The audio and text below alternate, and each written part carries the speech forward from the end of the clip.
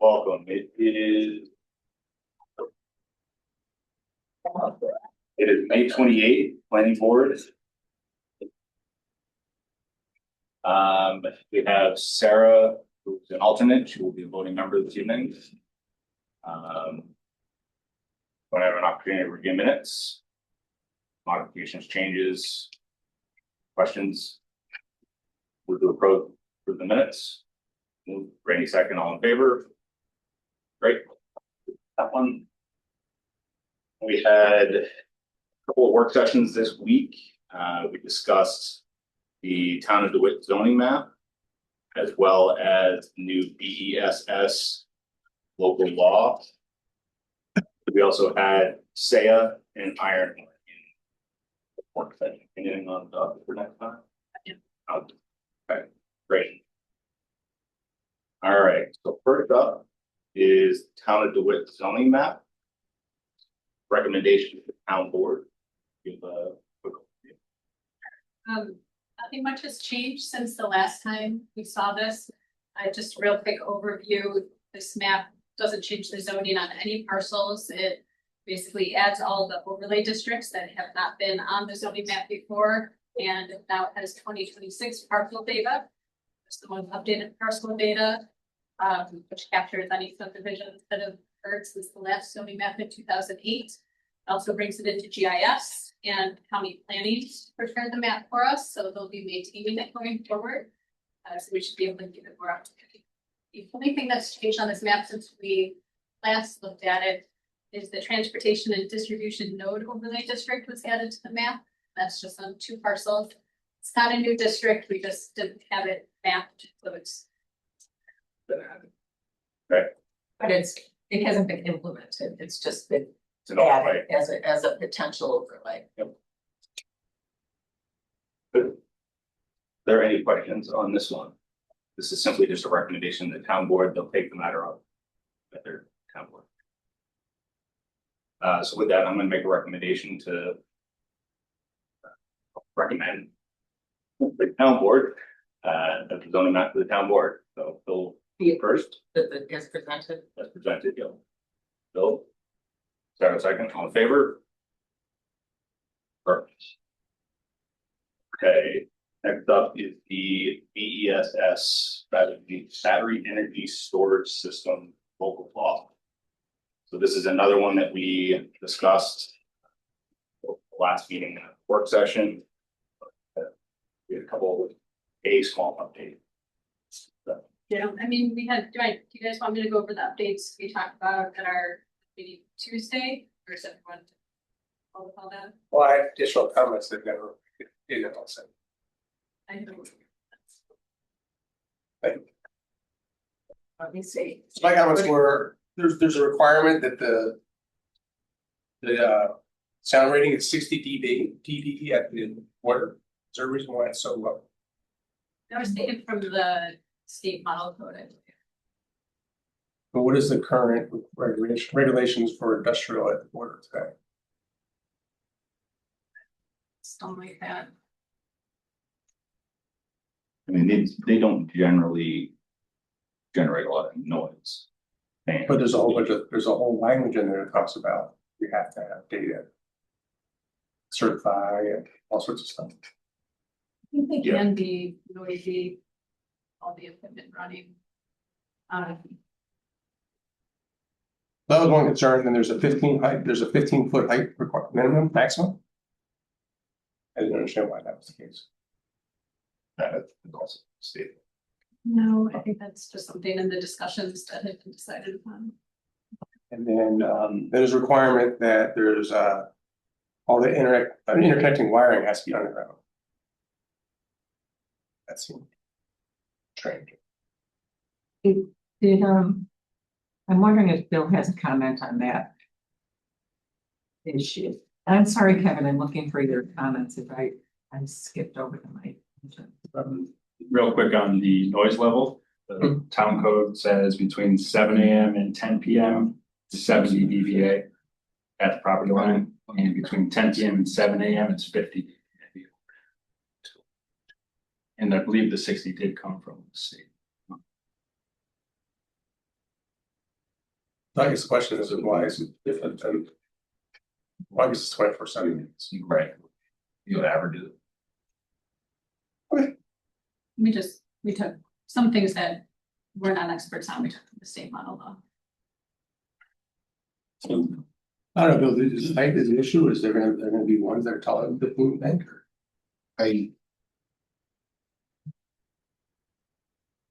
Most buildings in industrial are taller. Yes. I don't necessarily agree with the limitation on height. To me, it's no different than any other industrial building that we would limit. Probably because of fire response. For setback or anything else, that was my question, why is it different than anything? Yeah, I guess. I think that if we just look at it from the cube standpoint, 15 feet is probably reasonable, but if you look at a building that's designed to have multiple stories of this, that could be a problem. But we are not entertaining any business right now that wants to do that. So I don't necessarily see a problem with it. We maintain an open thought about it. I mean, we can send it to the town board with comment for them to discuss it. Yes, Definitely. that would be fine. That's fine. And that's what goes down wire, I don't know if that's required. I don't know if it's required. I mean, Underground wiring is not required based on what I've experienced with Our design guidelines basically say all new installations will be underground for telephone, electric, cable, and fiber optic from the property line. that You know, is, this was interconnected though, this, this is between the batteries, that were basically saying it has to be underground. well, system to system, Or whatever, right. container, right? I mean, but I just know like on carriers, like there are enormous amount of cables above ground.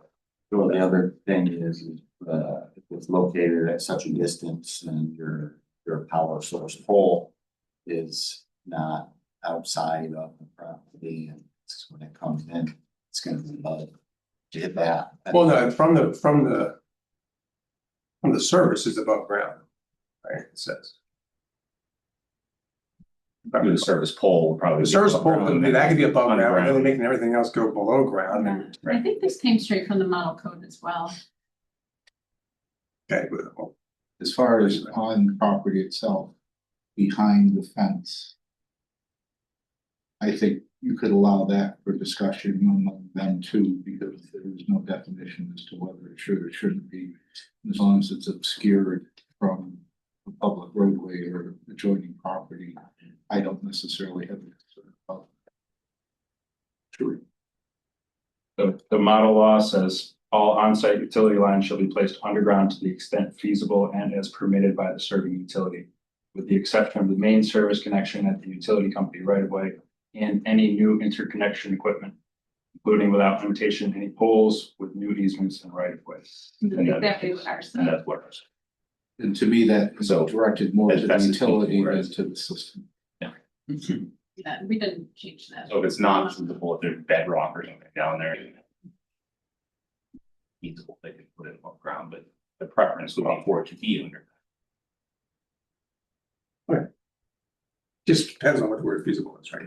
Right. Everything's feasible. If we make this recommendation of those comments, is there any? Like we could say we recommend this with what would the comments be now? That we might want them to think about further. Considerations. Consideration for me, I guess, On the- height is, I think height is the problem, Is height and then consideration, wire. is there a height limitation that the town board is comfortable with? Right. That would be a, You know, or would they default to the industrial zone? in my mind, that would be the default to whatever we've already agreed upon. Right. The industrial. There's like setback, right? It's- Like a 1-to-1. Yeah, it's some sort of setback. I guess the last thing is that the insurance is set at 5 million. It's not tied to size of the project. Insurance is something we had talked about asking the town board to look at. That's. We have Sure. no experience with. Side comment to Kevin's inquiry with regard to the sound. sound like they were more concerned by you, there to the obligation of the developer to perform studies for that. Opposed to the actual sound level itself. It sounded to me like you were. Well, as long as it's no different than Any the other- rest of the industrial, and it sounds like it's a decent compromise. And actually, if anything, because it's 60, it's higher than 50 at night, so. If it's appropriate, it might. Yeah, Makes sense. Okay.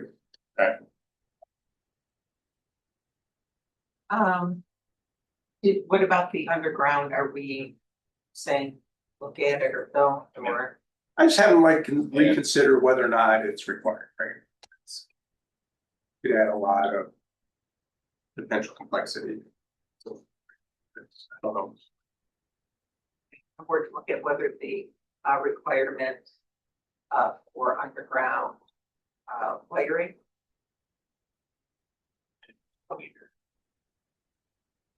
Well, I think you want to define that, Necessary. if you talk about the utility. We've always done that, from utility common point action.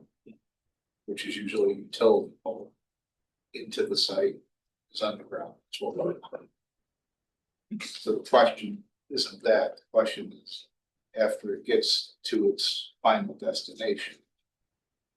I'm here, all the wiring for the system, Connectivity. System. right, system wiring, how that. I don't know what the design standard is and whether or not. I don't sense that there is because there's multiple factors. Right. Everybody has to inflate. So our preference even there would be underground, but the way I hear you read the definition of law, that's the preference, but it doesn't have to be. It was reasonable case made for it not going underground for this system, not until.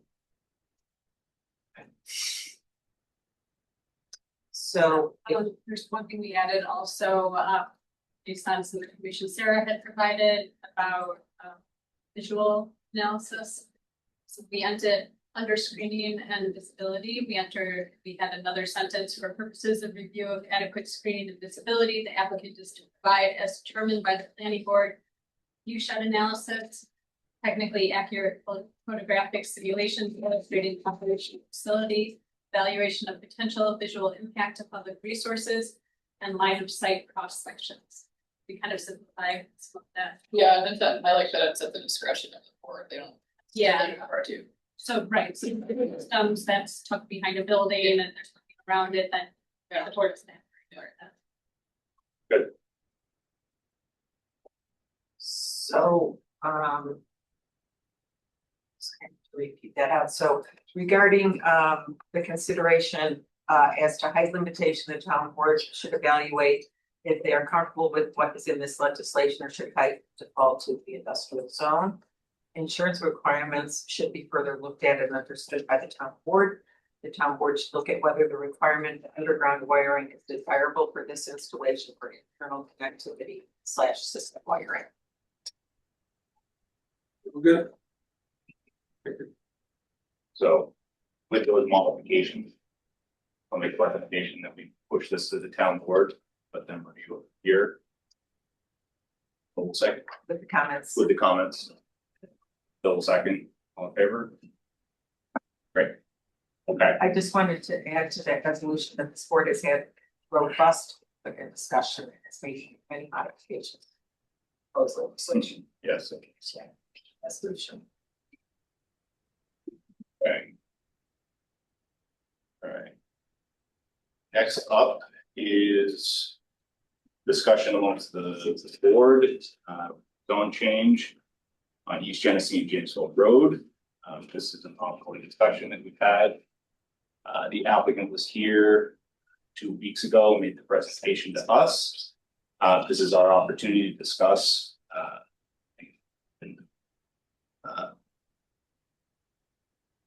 look at the various criteria that goes into making this decision.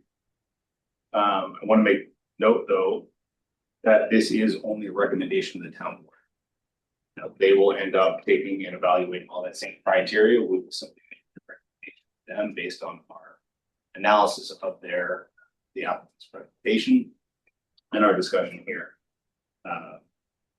So The town board will actually decide if they will take up this matter, and if it would be a legislative. So what I'd like to do is kind of, I mean, we've all looked at the criteria under 192, 121. Had kind of discussion on these. And I want to kind of just start and talk through the issues. Give us an opportunity to kind of have the discussion in the public. So when we talk about first the consistency with the town's comprehensive plan and any other adopted special area plans, criteria for this, that's in there. You know, I think we want to make note that the comprehensive plan was, you know, well thought out and implemented. You know, it looks at kind of the broader use of all of the sites across, or pardon me, all the parcels across the town. And the hope that as a use, a non-conforming use becomes abandoned or loses that non-conforming status, it kind of rolls into that comprehensive plan. You know, so I think that's the idea of the comprehensive plan. There is discussion of updates to the comprehensive plan in the future. There's nothing. Hopefully next year, starting on that one. And updating the current comprehensive plan. So the two parcels that we're talking about right now on the site are two versus the BT that's in there. When Tops vacated property, those non-conforming uses were effectively abandoned. That there's non-conformity, you know, defaults back to what the existing where that parcel is. So let's start there. I want to kind of hear from you guys what your thoughts are.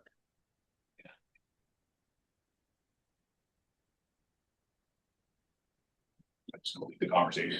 Well, I guess it's something. I have a question. I'm hoping for a dialogue.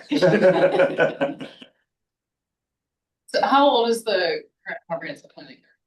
Okay, so it's like a decade old, so it's very typical, good to update comprehensive plans every 10 years, and typically zoning any kind of zone changes like should follow the passage of new comprehensive plans so that we make sure that they're in alignment, but that's sort of like the order of events. So my one thought on this is the current zoning is in alignment with the most recent comprehensive plan, and making a zone change would sort of make sense after we do a kind of fresh look at what we think the planning ideas are and next.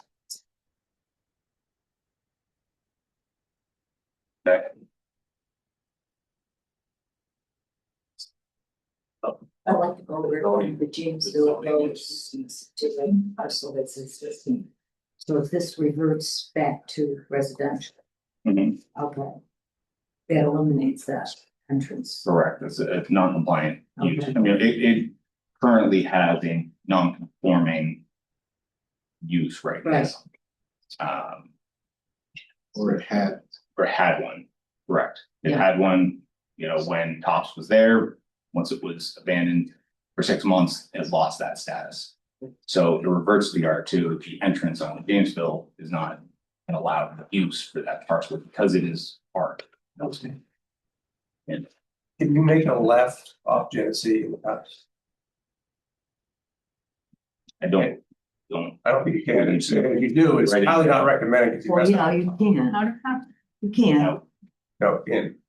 yeah, Yeah, yes, yeah, yeah, if you're heading yeah, west. if you're going, You can make a left into it. yeah, I think there's Terrible a, idea, because it blocks the left. Well, no, it Well, no, doesn't, I it's a little, think it's a little it turn. is there's a little section, it's a turn.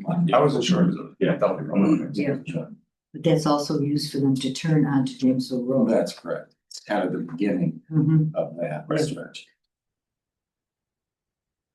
Okay.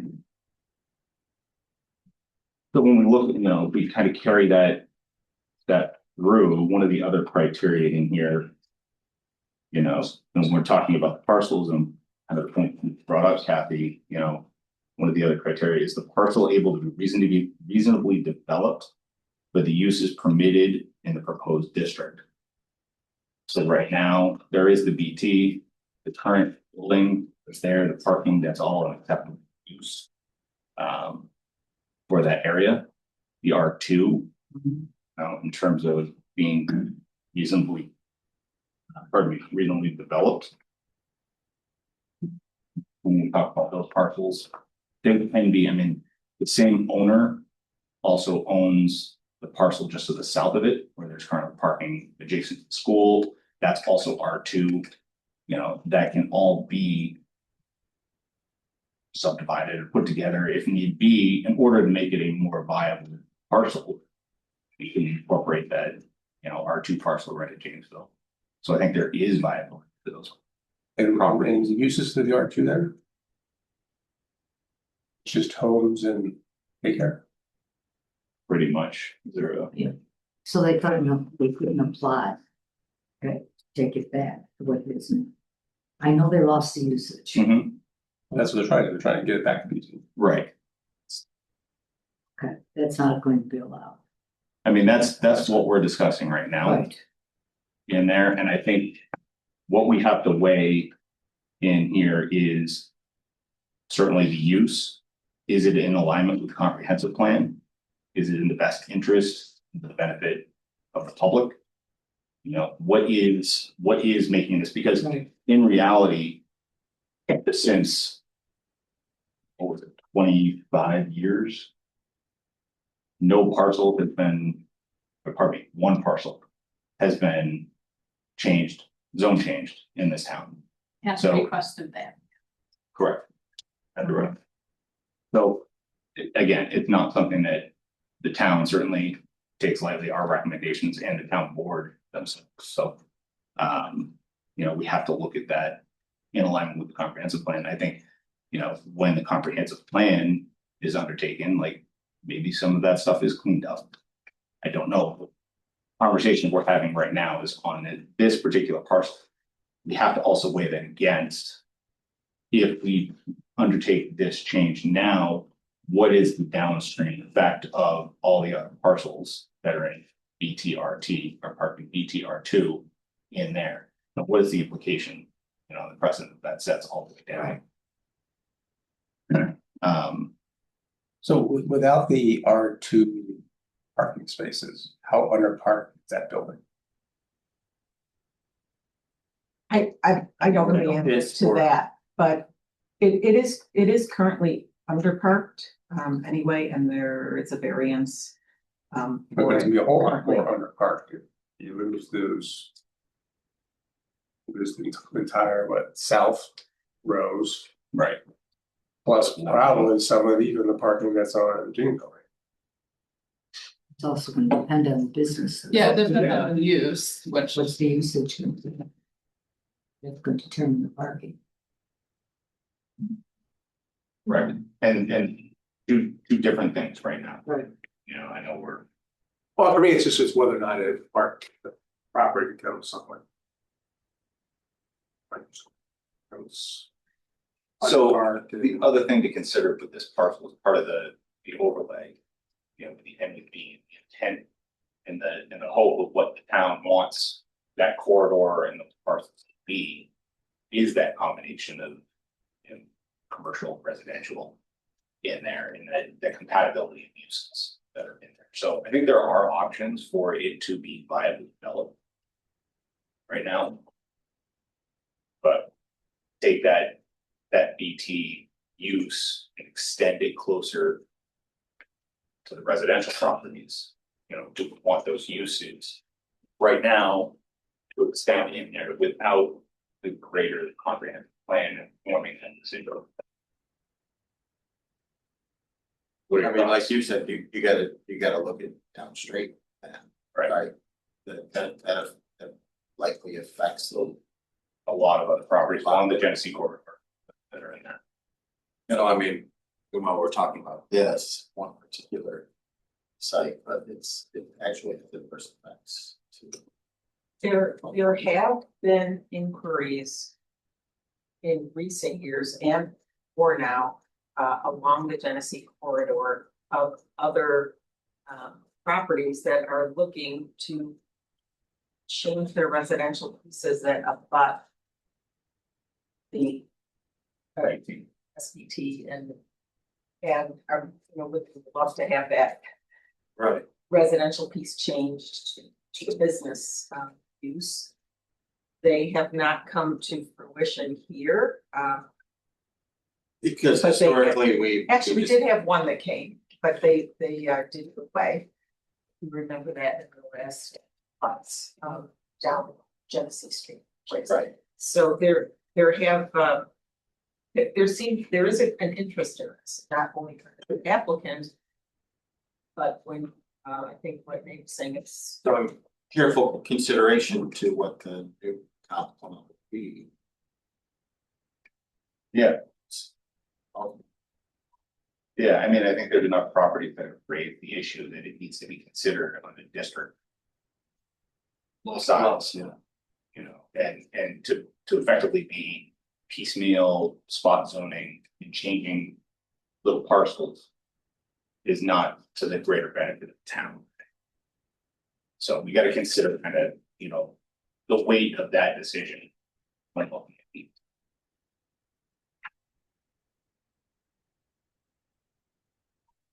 So. I think, kind of building on that one, I want to talk about another, one of the criteria is. Does the zoning change serve the public good, or does it primarily benefit the individual property? So when we talked about kind of the abutting parcels that are there, the residential parcels, people in the neighborhood right behind it, or is it strictly to the benefit of this one parcel? I mean, right now, it's 6 individual apartments in there. What about Mayor, all those 6 parcels owned by the same person? Correct. Okay. Yeah, they were separately owned, is my understanding, and you get clarity on that board. But they were separately owned, and are now owned by the same. So we've zoned it and we've done the same. No, because I can clarify. I think what we're talking about is the Ops building owned by Ops. The everything else, and they're all individual lots, including the ones that we're talking about today, were owned by not Tops, a different owner, same owner. So did they have an agreement or something with Tops? That's my understanding, yes, that there was something sort of agreement to. So now they're owned by the same individual or entity. And also a lot that's not being looked at in the zone change, that parcel that's closest to the school. There's another parcel. Do we have that?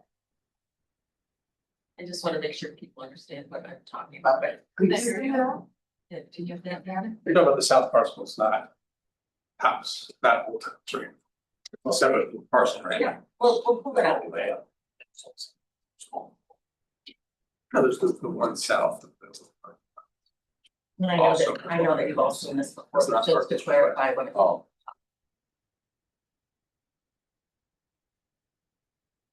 That the big giant rectangle.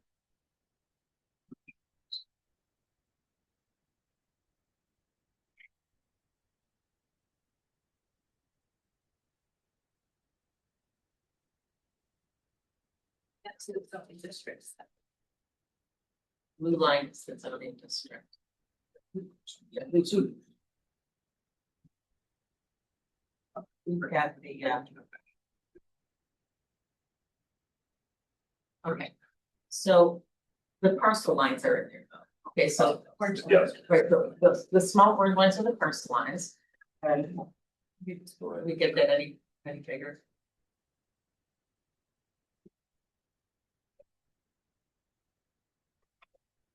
the parking, Yeah, slide it down. the parking parcel. The other way? Yes, That big guy, That giant one. Yes, that one. that parcel where the parking is, If Is you- it a parking legal or not? right? Do you see the square? Yes, she's highlighting it right. Is that parking legal? That They're, parcel. they're, Top zone of that parcel. That parcel there. It's residential, It's residential. It is residential. so that parking lot should, is not really supposed to. be- well, they're a school and there's different rules. Just so you know. Okay, but they- But they don't own they don't own that. A school does not own that lot.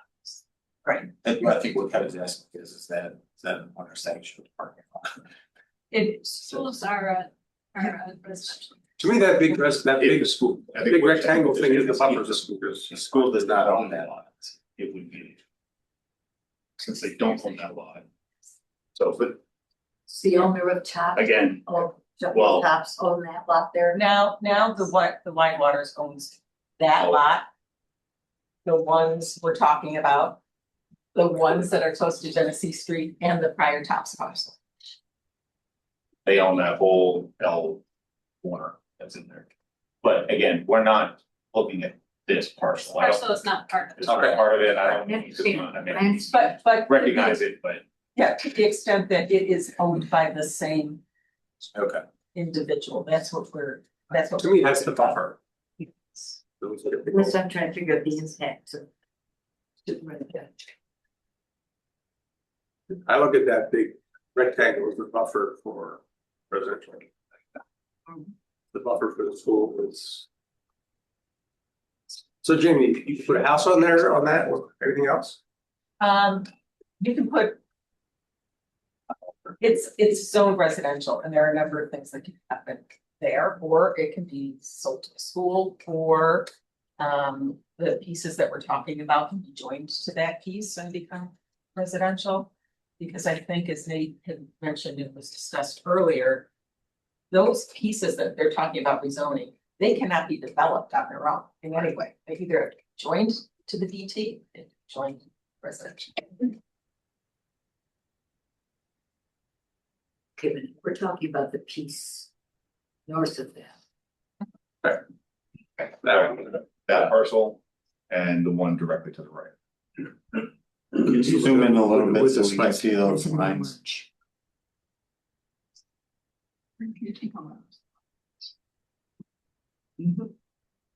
Where did you put the lot in something like that, same time? Well, so correct me wrong, the one with the finger, Yes, you have to do something, right? There's literally a residential down the middle of the parking lot. no, it's a split zone lot. So down, so if you put the zoning line back on, Oh, gotcha. the zoning, the parcel itself It's split zone. is not a single, yeah, it's split zone. Gotcha. So everything north of that line is BT, everything south of that line is R2. Okay. It encompasses all of that parcel that goes out onto Janesville and then split zones the other parcel. So what's this? That was the. This is the- That was the the zoning highlighted was the parcel. Now this is the zoning line. So everything to the Okay. south of this is R Gotcha. two. This is just showing that that parcel is split down, so it switches back. That's the entire parcel. This portion of it's BT. This portion is Alright, R2. good. Can you get back to the zoning version? And so again, these parcels can't necessarily be individually developed on their Right. own.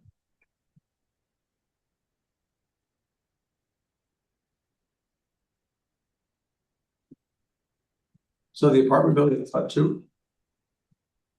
Or 3? This is R2. Across the street. So everything that's highlighted now is R2. So this parcel is BT. This one is R2.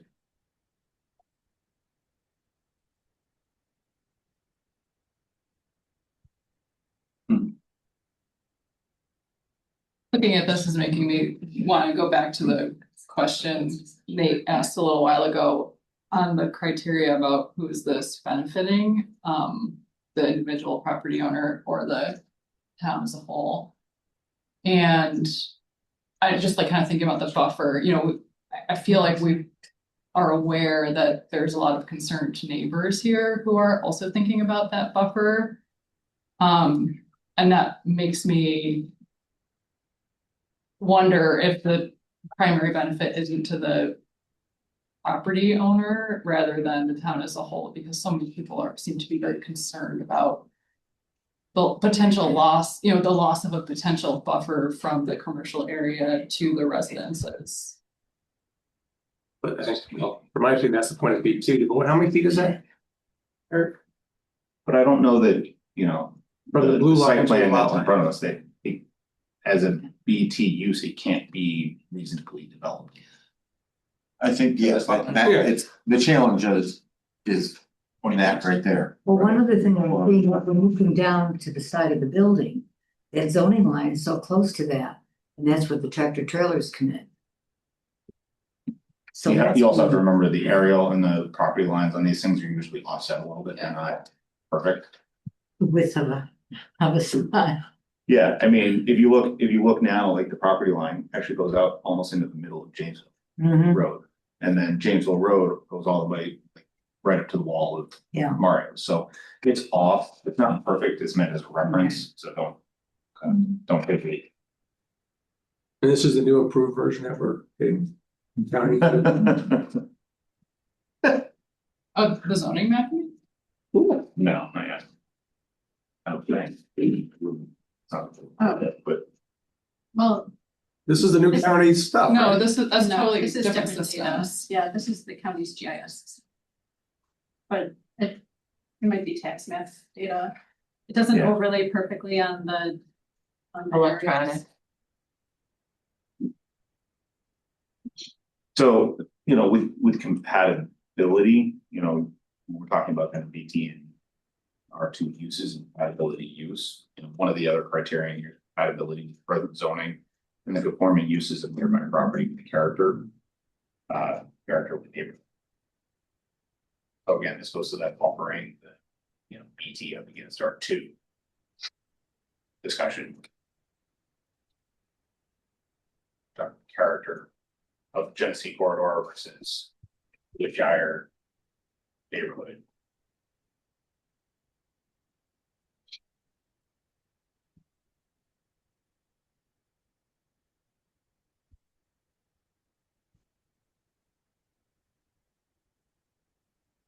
Great thought. For me, I would not want to do the entire. I'm in favor of BT for the trapezoid.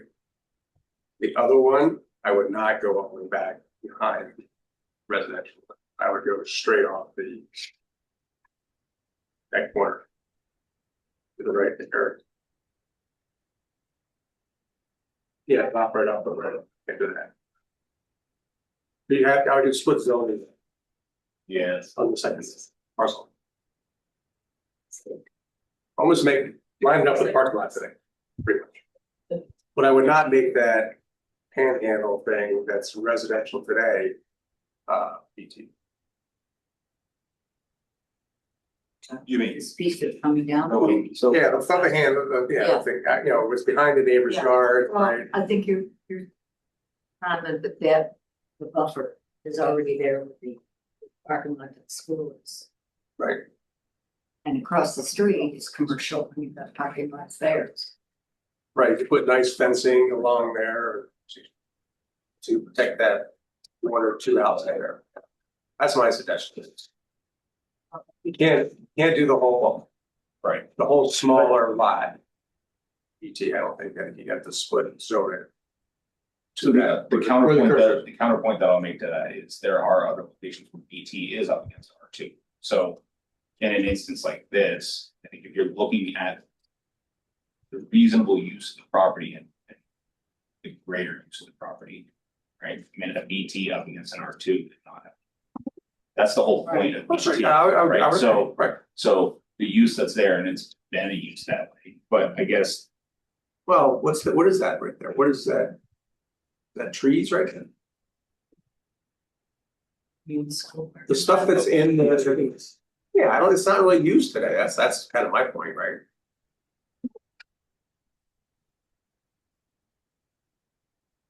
If there were BT. It's coming to us as a fresh concept. What, but. Last, by developer to put some land buffer on their BT to the margin. Sure, I'm sure. I mean, we have a pending site plan in front of us. You know, and I don't think that there's, But the point I'm making is that you said it as right now. In the scenario that it's set up. Hmm. You wouldn't have that just because it. Automatically. right, Or pre, Something. whatever. right.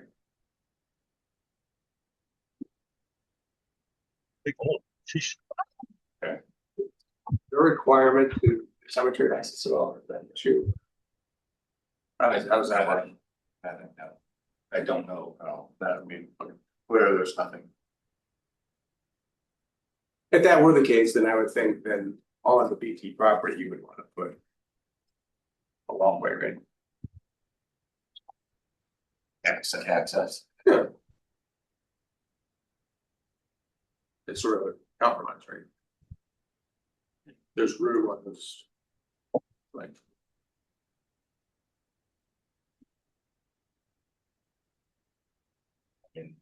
I'm in favor of some sort of BT compromise. Yeah, I mean, I appreciate the question, you know, I know it's hard, I think we have to. You know, like I said before. You know, the parcels were pre-existing non-conforming, they lost their status. As pre-existing non-conforming. Yeah. So we now have to look at it right now as they are R2 in BT. You know, what are the pros and cons of shifting it BT or leaving it R2 that's in there? The greater question we talked earlier is. The other property owners down that corridor make the same case.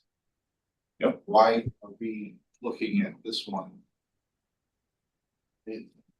Uniquely, Right. where every owner can make the same case when that really becomes part of our potential comprehensive plan. Right, I think that's, this request. You know, to make this modification is inconsistent with the comprehensive plan. So we're looking at it in that, like, you know, and. So we're not saying it could never happen. Why is this inconsistent versus MUV? Why is this inherently inconsistent relative to? Well, an MUV is just an overlay. Right, so it would overlay on the R2 and BT. Well, would, it would not overlay on the R2. Then probably the court is all changed as its own. Overlays not residential, Right. so. It just seems like it's gonna be difficult. Not an expert, but difficult to develop. With losing access to Janesville, right, we've had many. Right, different people come in, and they want the dual access, right? Like, I would never wanna make a left turn really from East Genesee or into Dobbs, right? Yep. I think you just, you know, we're coming in off everything or whatever we need. That would be BT and then the rest would be residential. I don't know what else you'll do. So both properties would. Have, give you. I mean, I think there's a lot of. Use opportunity. For both of them. I mean, it can't be all R2, it could be a residential. Parcel. You know, building of the R2 that has all that The way access. the lines are for residential, I don't think they have. I don't see who will develop it as residential. Yeah, so. I don't know, but I guess we're not talking about I mean, I know I'm gonna be building a house. that. I think you got the straight date we're talking about. Yes, that's what it's now. Yeah, Well, they'll go into it. And there's some lane right there. So it's possible. Guys, yeah, you don't know what to say. He was just looking at the left-hand turning lane of Genesee. Into It's very. the former Toms. So. I guess with all this discussion in terms of the uses and stuff, you know. Right now, with the application that's in front of us, I guess there's no evidence. At this point, that the contemplated use as proposed by the applicant. Couldn't be done. If it remained R2. Nothing that says it couldn't be done. It would look different. Look different, I mean, it would require site plan modifications. Traffic. But it would seem as though it's a viable option to develop that property. I don't think the property becomes completely unusable. It requires some modification to the site, but so that effectively, I mean, other than the utilities and available public services infrastructure generally suitable. And well, know that there's adequate water, sewer, and all that stuff to the property. Need to discuss them. That one, I think. You know, but that effectively covers the criteria that's in there. I will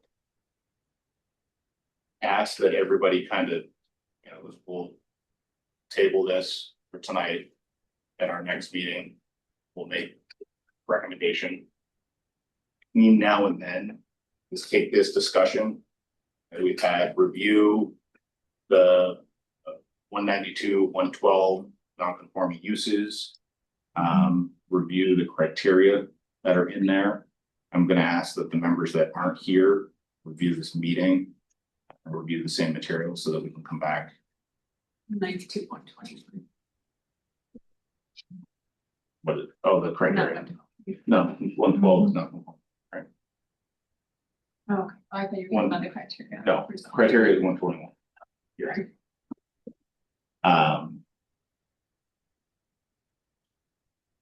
So with that, are there other questions or topics that you want to discuss at this time? Okay, then I will table this discussion for today, and we will look to finalize this after everybody's had an opportunity to digest this discussion. So thank you for that. Next up, multi-tenant signs plan. 6870 East Genesee Street. We have an applicant here or on line. Yes, sir. I am representing from Fast Signs. Okay. So this is a concept for in front of the board here. I'll ask that you give kind of a quick presentation.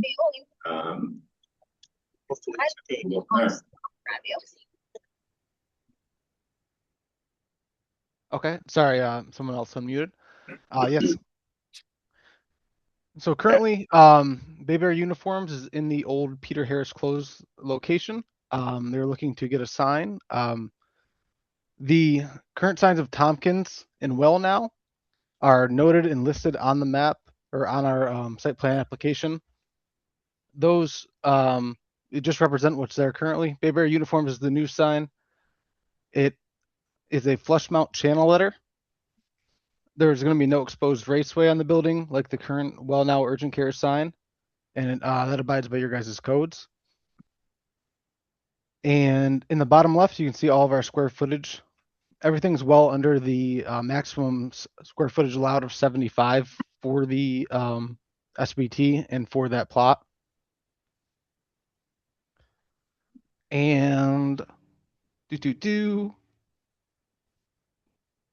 And something small, you know, they currently have their banners up. It'll look much better once they get their permanent sign up. It is a little bit small for the space, but I was in financial consideration because they were originally going to be doing a non-illuminated sign before the multi-tenant sign plan was known about. So flush mount channel, you said? Yep, it'll be illuminated through the face. The red portion of the sign, and I know this is not the permit for Bayberry uniforms themselves, but the red Bayberry and part of their logo icon will have red sides of the letters and red faces. Same thing with the blue portion, blue faces and blue sides. The light will be coming through the face. With the rest of the colors in that. So what is the current multi-tenant sign package, Eric? So there's actually one for the other building. There's another building on this lot, but we've been focusing on primarily this building. So there's not really a set one that's functional, and the existing signs there are not really meeting the plan for the other building. So Do we treat this like the one next to the new Canada Bank? We treated them we were treating them They separately. had, as they changed over, they had to come in. Right. So we're not just looking at this Bayberry, we have to look at a multi-tenant package. And then Bayberry becomes essentially the same thing that we did as the other, where it becomes the standard and the others then change over and become part of that standard. So yeah, the elevations are showing what's existing. Suppose we could have them remove the existing sign, just box it, dash it, sign band area. Yeah, let's go back and look at it exactly how. Okay, the. Well, we're not asking confidence and will not change. No, as that But it space should changed over, So that's fine. Or it may change. Matt, one of the things, this is Eric, when you drop this off, we kind of discussed, there's maybe a slight discrepancy between the two details. The detail on the elevation plan. I do see it says contour channel. The aluminum cabinet threw me off a little bit because in our sign code, in SBT, cabinet box signs are not allowed. So Yes, sir. I would ask that you just kind of maybe take a big detail from your. So what is the pan back? That's not showing. Right, I think this is, Matt, correct me if I'm wrong, but I think maybe this detail is not very representative of your fast signs proposal. That is correct. It is very similar, but it's from the side section. It looks the same. It's going to have. It is technically aluminum, but it's not a square rectangular cabinet as you might think. So I can have us change and put our detail from our proof onto that for you. Because I don't believe you're really proposing a backer pen. Is that correct? No, we are not. So yeah, maybe just, yes, maybe just taking that detail right from here. Yep. And then basically having that be the standard for all of the remaining tenants. And then maybe we'll just have to remove the existing signs from the elevations. Yep. Just dash in where the sign band is.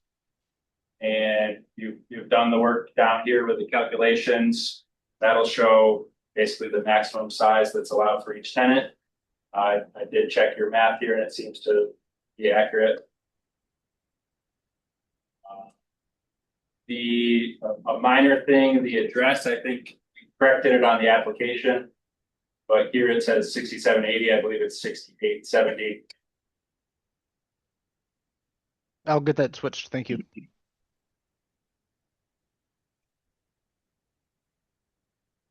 But yes, the intent will be that a flush mount channel letter. Maybe we'll have you kind of put into writing how the returns will be colored the same way as the faces. I didn't really catch that before. Okay, and that is up to it's it changes with every client. If you guys want to set a standard as, hey, the sides of the letters are black for everyone, or hey, the sides are white for everyone, we can write that up as well. Or do you want it to be the Yeah, I color think of that- whatever their logo is? We're gonna need to make sure that the building owner is on board with the standard, because if we're looking at a multi-tenant sign package, so your sign, Bayberry Uniforms, is one of a multi-tenant sign package. If we're looking to establish the standard for the building, it's going to be the future standard for all the other tenants, so we need to make sure that the building owner is on board with that. And that we're now defining the standards here. Yes, sir. Would you need that in writing? I am working with her, or would you need her at the meeting physically? Likely both. Sign the multi-tenant sign. Right. It's gonna be signed right now. So. Okay, and then, so Eric will, work with you to get what we need for a multi-tenant sign package. And then, once we determine the standards, you can then apply for a sign permit underneath multi-tenant sign package. Understood. Thank you.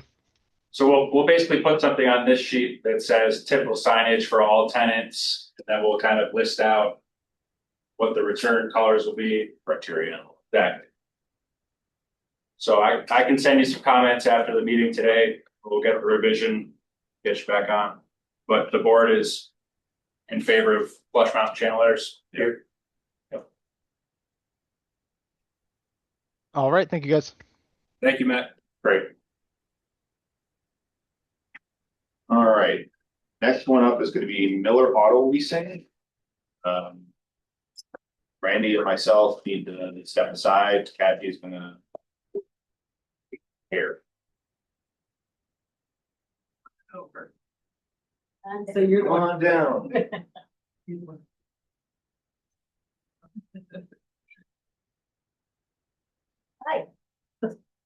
Hello, you representing the Auto Leasing? Yes, I am. Okay. My name is Brody Smith. I'm an attorney at Bonshinik and King, and I represent the applicant. If we could put one of the images up, I think CS 102 is the most representative. It's a complete package has been prepared by the applicant's consultants, including landscaping, vehicle circulation, grading, all those things. But I think this page is a nice overview, but also includes a lot of the information about the site in terms of acreage. So the relief requested is site plan approval and re-subdivision. There's 2 lots involved here that would be combined. They've been functioning as essentially a unified economic unit for quite some time, but it would make sense to combine them and get site plan approval for both. The project would involve improvements to driveways, resurfacing a paved parking lot that's partially paved, and then paving a portion of it that is just gravel or broken asphalt at this time. In addition, there would be new pavement markings to delineate parking spaces and landscaping along the road frontage. Right now, this area here is more or less an extended shoulder and a waste area. The plan includes the installation of trees and landscaped lawn areas here, and around to the side. The hours of operation would be Monday through Friday, 6 to 10, with limited hours on Saturday. There's 12 employee parking spots included in the concept plan, as well as 27 spots for the vehicles that would be leased. This company is a family-owned national provider of transportation solutions. So essentially, they lease trucks, box trucks and larger trailer trucks, but they don't do like semis with just the vehicle, not the big that's all, I guess. That's what I was trying to say. It's a market leader in the Northeast. It's been around for over 113 years, and they have other locations in Albany, Amsterdam, Binghamton, Buffalo, Glens Falls, Newburgh, Brewster, Saratoga, and Rochester, upstate. So it's a very well-established company And if you look at pictures of their other facilities, they're very well kept. And there are always massive improvements on the status quo. The proposed use is for the property to be a commercial garage. This portion of it would be available. It's a existing metal building where the trucks could be serviced when they're leased out. So this isn't a short-term rental. Almost all the trucks are leased out for a year or more. But as part of the lease, the owners are entitled to have it brought in for servicing from time to time. Sorry, that's- Brody, can you yes. explain that use again? I want to make sure I understand about the commercial garage. Yes. They're trucks. They lease trucks mostly for a year or more. 80% of the trucks are long-term leases. So there'd be some office space in this building here. The office space is about 450 square feet, but most of it would be warehouse, essentially 7,600 feet, where there's two bay doors that come in this way. You can see them depicted. So you could pull the trucks in and service them. These trucks are rented out by companies that need more capacity for transportation. So it could be used mostly for deliveries and things like that, moving around products and products. Trailers without the trailer. What's that? It's tractor trailers without the trailer. Without the trailers, Just correct. tractors. Just tractors, right, yeah. Now, this property was previously used by Durham school bus. It was a school bus yard.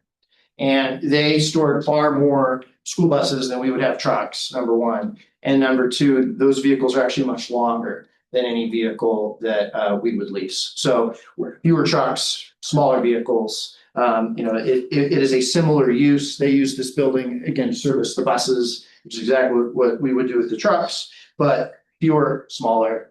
And they certainly didn't have all the proposed improvements to the parking lot, the landscaping, and the reconfiguration of these driveways to make them more attractive and all the rest. Is there an extent to what the repair work or modifications to the vehicles, the tractors that goes on? Is it oil change, is it tire rotation? It's maintenance. Yeah. They're not doing like engine overhauls or anything like that. It's not a repair shop in that sense, but it's maintenance. It's zoned industrial. The prior use is garage, commercial, or public. Like I said, we think about 2 decades with Durham. We have great records exactly when they started, at least 2 decades. So we'd continue that use. We think there's really no significant change in use here, as I mentioned. But if anything, there'll be less impact. 80% of the applicant's business is long-term leasing to commercial customers. Those are leases for at least a year, oftentimes multi-year. About 20% of the business is more short-term rental, so that would be leases for less than a year, right? So the vast majority is trucks that are leased out for a longer period of time. The reason I bring that up is this, unlike when it was a bus depot, there's not a lot of coming and going. Right? I think is really what I'm driving at and giving you all these percentages and numbers, is that once a vehicle's leased out, it's gone for most of them multiple years, and it just comes back from time to time to be serviced. The applicant does not expect to have more than 7 employees on site per shift, compared to about 40, which was what was present when it was Durham Bus. Obviously, the vehicle trips in terms of traffic is a fraction of what it would have been when it was a daily bus, a bus depot where there were daily vehicle trips by all the trucks every day. Your site plan standards, we've provided flow control and traffic safety drawings that show the turning radiuses for the various trucks. Just to orient you to the side a little bit, for regular vehicles, the 12 spots for employees are here and here, and then these larger spots are for the trucks, and you can see the turning radiuses. We've reconfigured relocated the driveways slightly from their old locations. Really, this is just a flat shoulder in. There was no landscaping or curbing or anything.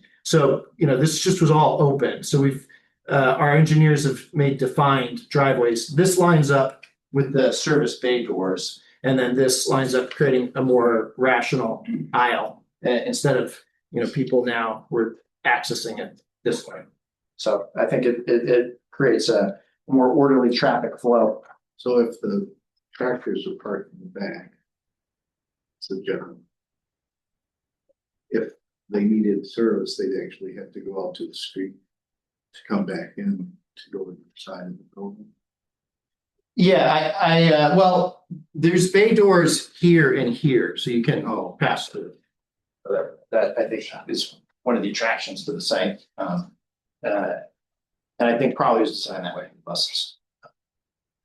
So the next factor is will be any unreasonable detriment to the neighborhood. No, this just to orient you to where this is. This is north of the 90. It's on Pickard. It's access from Malloy. So we're going south off to Malloy. It's a very industrialized area. It has been used for this purpose for quite some time. And I think these site upgrades will make it much more attractive and one of the more aesthetically appealing sites on that street, which is pretty heavily industrial. Care has been taken to design quality and aesthetic, as you can see from the CNS drawings. There's substantial compliance with all design guidelines and the comprehensive plan. I'll stop there for questions. You may have said this already. Is the dark gray your proposed improvement and the light gray is what thing or? So, yeah, that's a good question. So right now, there is some areas of this lot that have pavement, though it's not the greatest shape. The most of it is gravel. So I think what you're seeing here, if we go down, there's a key. We're showing the areas, proposed mill and overlay and proposed asphalt pavement. So we're showing where we're going to upgrade the gravel and where there's existing pavement. And then there's an area here where there's no need for additional parking. This is gravel, just stay gravel, but we'll extend a landscaped strip on the street side across there to make it more attractive. Is that space gonna get used for anything? No. What's the yellow? Is that just like gardens? Yeah, so adding landscaping adjacent to the building to improve the status. Is there curbing on the site or? There's no curbing anywhere in the site. Eric, can you pull up the Google or Julie of the 6730 Pickard? Mark, do you have any questions or comments? Mark Harris, are you on? No, I do not have any questions right now. Okay. Yeah, so you access it from Beloit here, you go down, it's on this corner. And I think it's this corner, that corner. That's the building. It's the same fence. Plan does not include a fence. I believe. By that. That gravel area that you said they're not gonna do anything with, why is that state gravel? No need to keep it up. Could that be landscape? That would be a lot of of space to maintain. So our preference is to landscape the strip near the road and to leave the balance of that in this existing. Dumpster? Dumpster? Yes, there's dumpster and screening on the plan. I'm gonna. Sure. So on C102, I think that's the easiest place to where a lot of this got pulled together. CS102.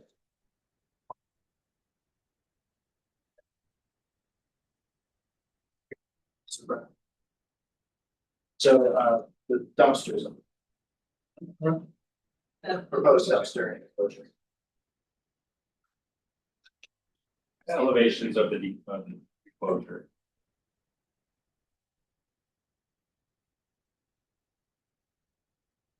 There's a site detail sheet where if there are there is, okay, yeah. That's further deep. CS 5. This page is like, here it is, it's CS 502. This question.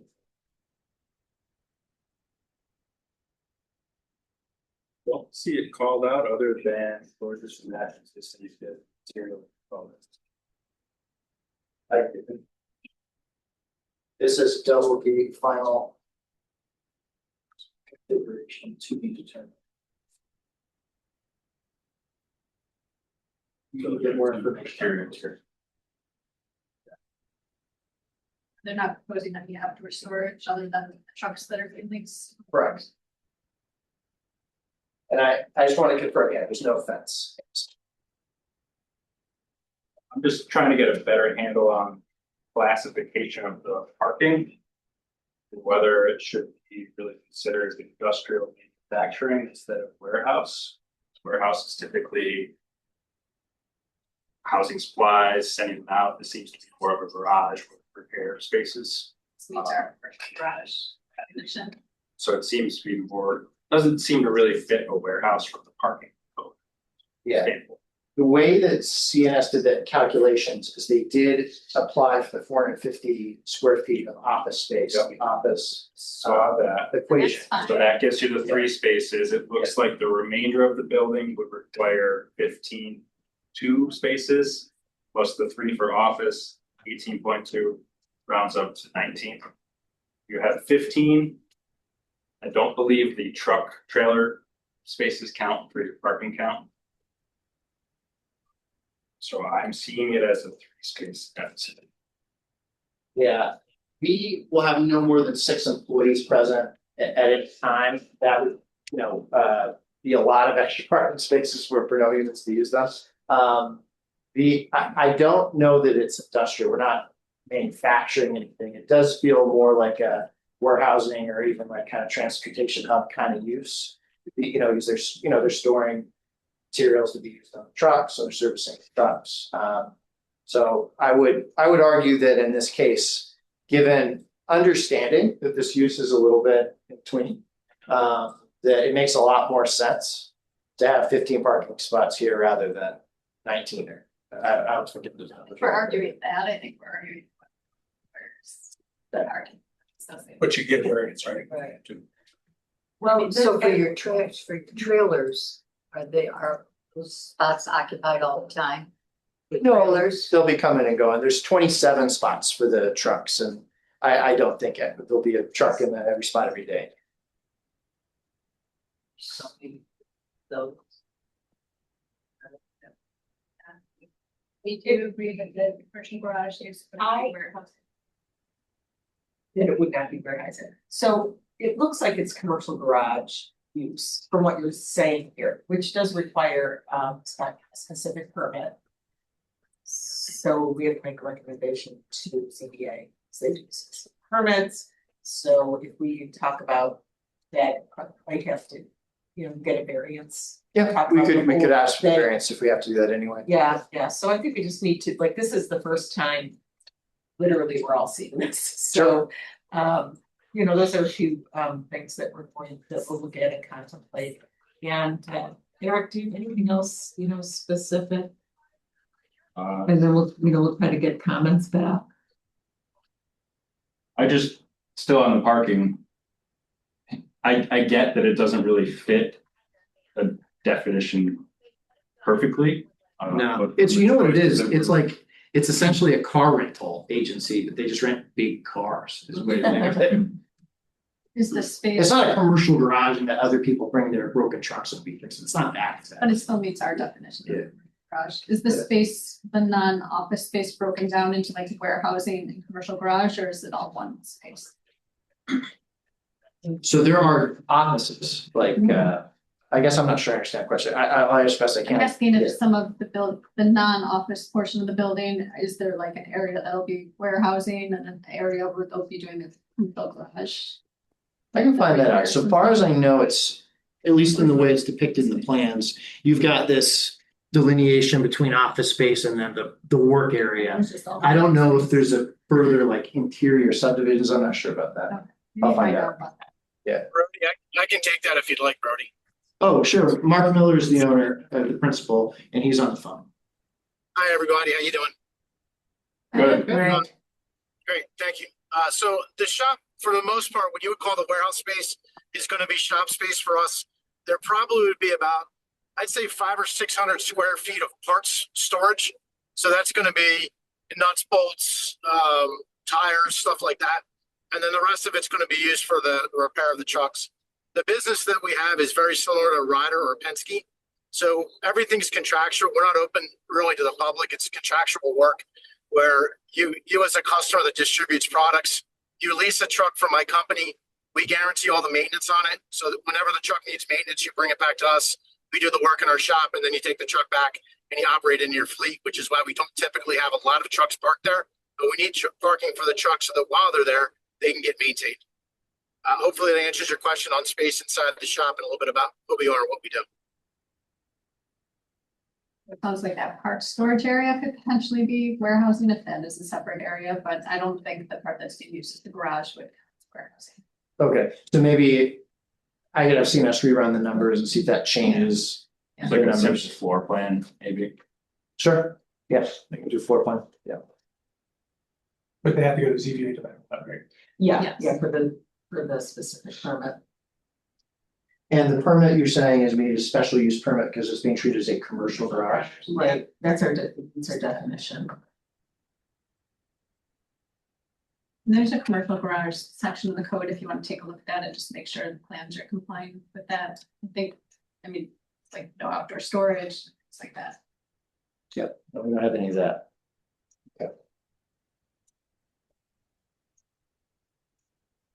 Any other questions?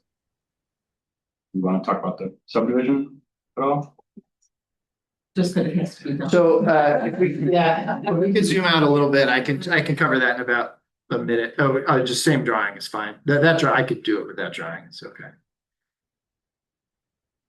Yeah, we just zoom out a bit. Real quick while she's pulling that up. Any new lighting? No. So there's two lots right now, and actually, if you look at the old photos, you know, Alana and I have poured over these of how the bus lot was. We can zoom out a little. Can we hit the couple times? Yeah. It's very lit. Oh, that's fine. Yeah, in any event, there's a rectangle here, and then there's a rectangle here. And they were, it essentially is L-shaped when you push them together. And they were always, like I said, used as just one big parking lot in the past, but they happen to be two different parcels. So it makes sense to combine them.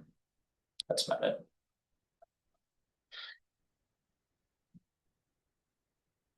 Okay, well said. All right, thank you very much. Good presentation. Thank you. Thank you.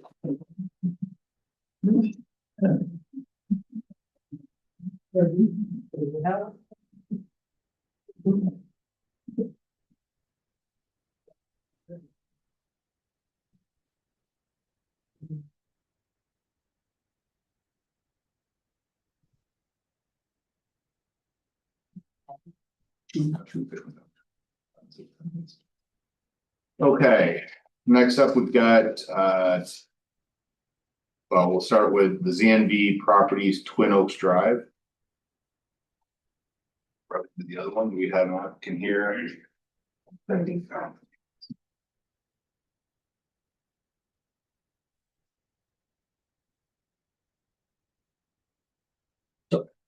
My name is Brody Smith. I'm an attorney at Bond, and I represent the applicant in this, for this application as well.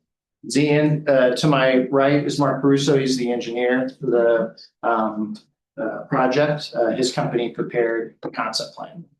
ZNV Properties LLC is the applicant. The application is for site plan approval. It's currently, the zoning is currently proper for this property. I don't think there's a use issue, but there are open site plan issues. This application, prior to Mark and I's involvement more than 5 years ago, was brought for the planning board, and comments were provided. Actually, when we went back, we found 3 different versions of the plans. Provided was the most recent version, which was the product of comments back and forth with the planning board. during COVID, this application went cold and we need to return to it and complete the process. It's currently, it's a unique business in the sense that there are individual DMV approved car dealers here. So there's a total of 46 businesses, nearly all of them minority owned, they're small business owners. So there'll be people who have 1, 2, 3 cars that, they'll purchase and then, offer for sale. And so it's a heavily regulated business. The DMV, the state through New York State regulations dictates the signage, how we separate, the vehicles on the parking lot and things like that. There's 155 spaces at the Twin Oaks property. There's a building that's approximately 21,000 square feet. Each dealer has his or her own office in that building. There's about 50,000 square feet of asphalt.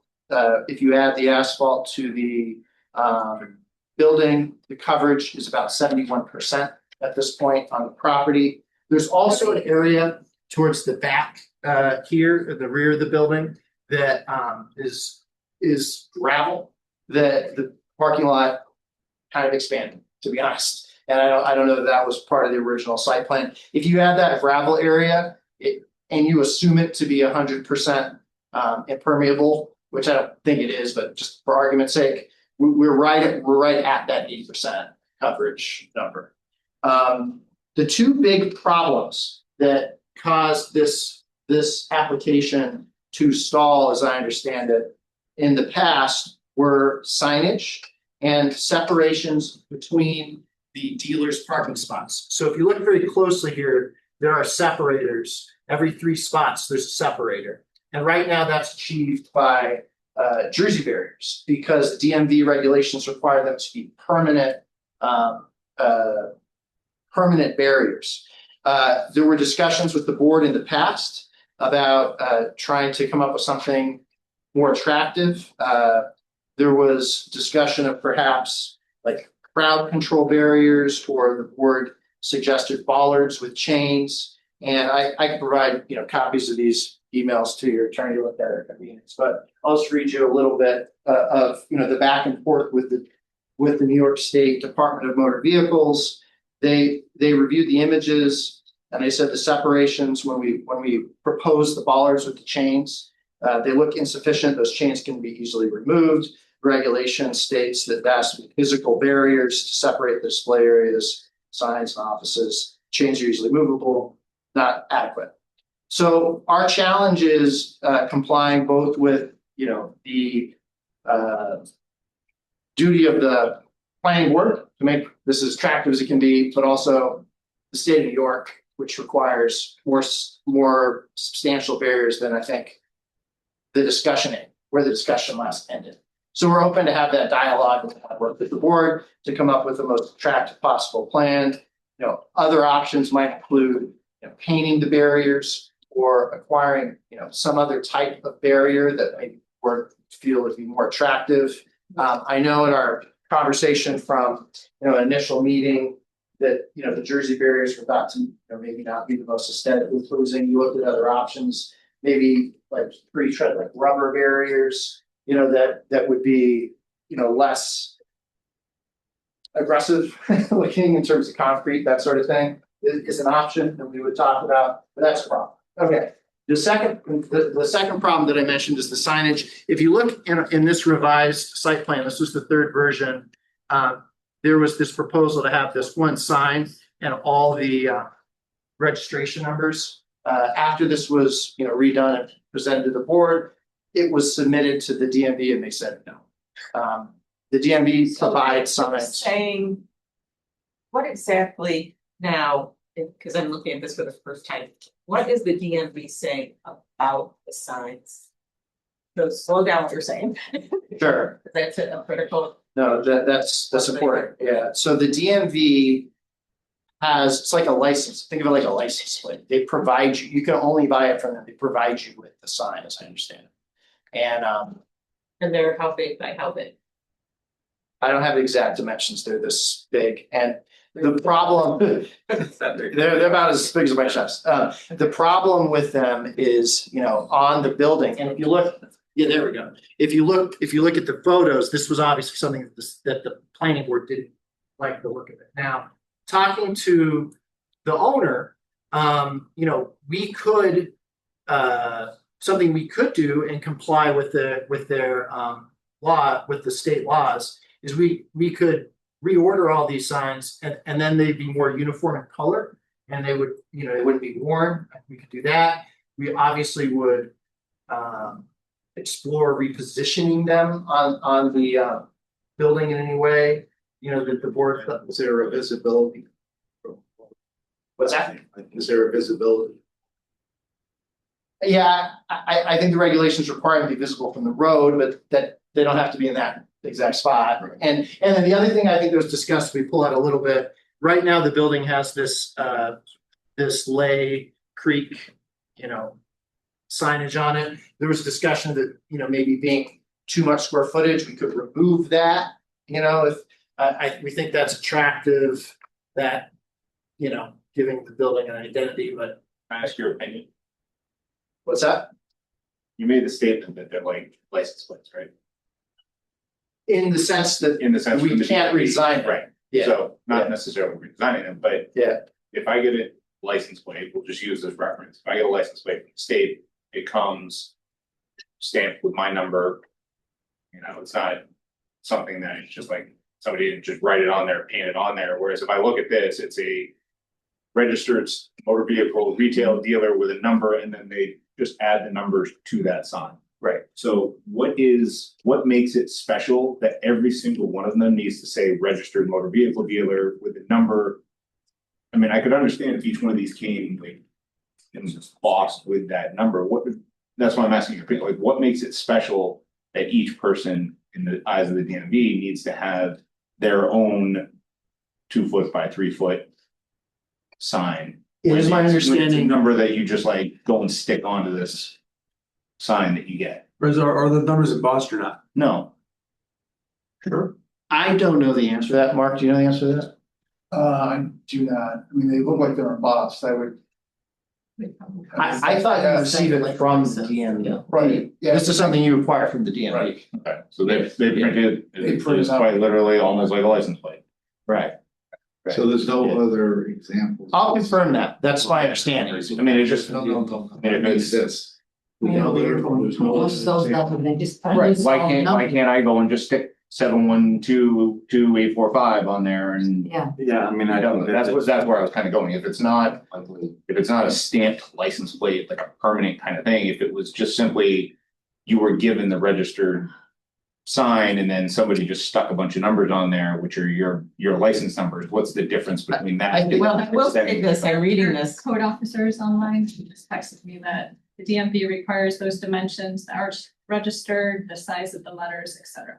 Yeah, and this letter that I'm looking at right now. Thanks, Derek. Craig Truglia, Senior Automated Facilities Inspector. As for signage, they need to be individual red signs, not a large modified one. So that's off the table. So, Right. That's off the table. anything that the DMV provides. Okay, so now these signs don't have to be in the area of that particular dealer properties. So it's an office building. Right. And there's like a front door and you go Yeah. in. So we couldn't move them around in the building. Wait, you But- can put them on a different side of the building? I don't know. Yeah, I think that's that's- Okay. Yeah, we can't hide them under a bed. It's just a So, unique our situation. problem is this where You they see should these all on have- every garage, whatever. Yeah, Here, right. the multi-tenants. Also, And there's, I mean, really, there's Right. one. Okay. access, so it's not- Yeah, there's a front door. Yeah. Multiple, so. To my architecture friends, is a way to frame these or create some kind of visual. Well, that's what I'm thinking. It may be, you know, one on top of the other and just make a band on the building. That would be more To attractive. reposition them lengthwise, you're saying? Yeah, well, This is- I don't know. This is a. Let's come back to the signs. I want to make sure that they're, we get it. Yeah. That's a problem. We're gonna have to deal with that. Dollars are a problem. Are there other site plan issues? Yeah, so Okay. if this building, based on the square footage on the site plan 24,193. It would need 162 parking spaces just for the office use. So, got a parking issue. Because we're at 155, we're 7 short. Well, Well, no, 155 aren't for the office. Aren't those cars that are being sold, most of those? Oh, I see your meaning, okay, yeah, I yeah. mean, it's a pretty large building. Yeah. So that's one issue that we should talk about. I mean, right now, how many of those parking spaces are used for the office building? I believe only the front is used for the office. They're not all there at the same time. Mark, do you know the exact count? Probably a dozen. Yeah, these right here in the front, and then there's another row here. So none of these have like cars to be sold. So it's what are you report by now? So when each of the people come to the About facility, 40. right, about- they'll have a car. If they're gonna sell a car, if they come to do whatever they're gonna do there, like the individual person, if I'm one of these DMV people, I come and then someone comes and meets me there to come and get this car. Yeah, to look at it. Yeah, it's like a car dealer. Yeah. And I looked at aerials, and then also I went and walked the site. It's not full generally. You know what I mean? They don't always. All of them have 3 cars for sale at a time. A lot of times. Yeah, but my understanding is the DMV requires them to have 3 stalls. They gotta have 3 stalls. They gotta be separated. They gotta have a sign on each one saying So who's if it the belongs to. DMV is requiring those 3 stalls for the cars. Yep. That's not for the office use. Understood. You're selling a product in those 3 stalls. Correct. So you have the office use, which requires that 162. 162 spots. Yep. So we're short 120 spots that are required, which if you took away all the cars that you're selling, you probably have sufficient parking for the office building. Thought they would be a little short, 155 yeah. parking spaces, total. Yes, just on a general, right? They're reserved spots, right? Brady, what did you just say about the signage where those cars are? You have to have additional. Oh, it's a little, so signage they have to have some sort of sign saying, so each stall belongs to Kathleen, Kevin, Randy, so there'll be a sign saying Kathleen's cars, right? There's like no signs like that, right? Yeah, that's right. Just like that. So each stall has, these belong to Mr. Stanley, these belong to Miss Lockwood. Yep. I feel like there had been some discussion many years ago, when this was up, about this parking situation and the use and the number of spaces. It was not resolved. But there was some discussion about kind of, what's the appropriate parking for this? Is a variance something that would be looked at? So that's the discussion that I think needs to be had again. Because there's a better understanding of what's going on here. It's been operating, and try to figure that out. It's also my belief that the entire building is not office, and that maybe by looking at calculations, we may be able to reduce a little bit. Now, it's not gonna get from 150 to 40, but sounds like maybe an area variance application would be required. So what else would be with the parking in that back area, that back parking area is never approved. That didn't go through site plan or did a building Right. permit, it's right on Lee Creek. And I don't think we're gonna want that to stay. We're also not sure if it's on the property. Easement. Yeah, that's right. Yeah, it's definitely, I think it's definitely on the property, but I think you're right, that there's an overhead electric line above it. Yeah, Yeah. so. But I don't think we have a coverage issue or a setback issue, but I understand what you're saying. Well, it's not Well, approved. It's not, Of course, yeah, that's why we're here, yeah, And we're we here have to get two approval, lake yeah. rate drainage requirements. I mean, your lot coverage looks, what's your lot coverage right now? So without the gravel, 71%, with the gravel, product. Gravel, the area in the back, or is there additional gravel? The additional gravel you're talking takes us up another 50%. Mark, do you have If you count comment it on the as if it was fully, Lake Creek probably requirements? would be low class. I'm sorry, what was that? Do you have, comment, and requirement on the Lake Creek issues? That area that was put in the back parking.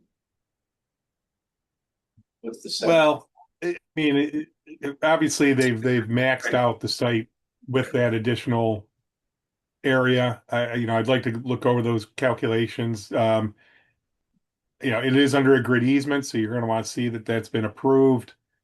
To go underneath there. All in all, it's not a great idea to continue to encroach closer to the creek because there are issues with flooding through that area.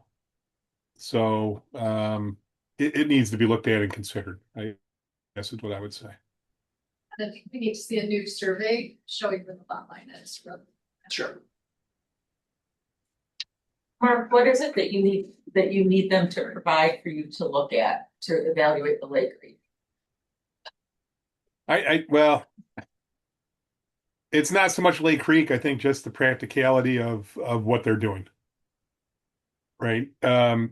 It's a minimal increase overall in the impervious area, but they are providing a mitigation for it. So, we're going to want to look at that. So I think an updated survey, showing exactly where they are and what they're doing would be the starting point.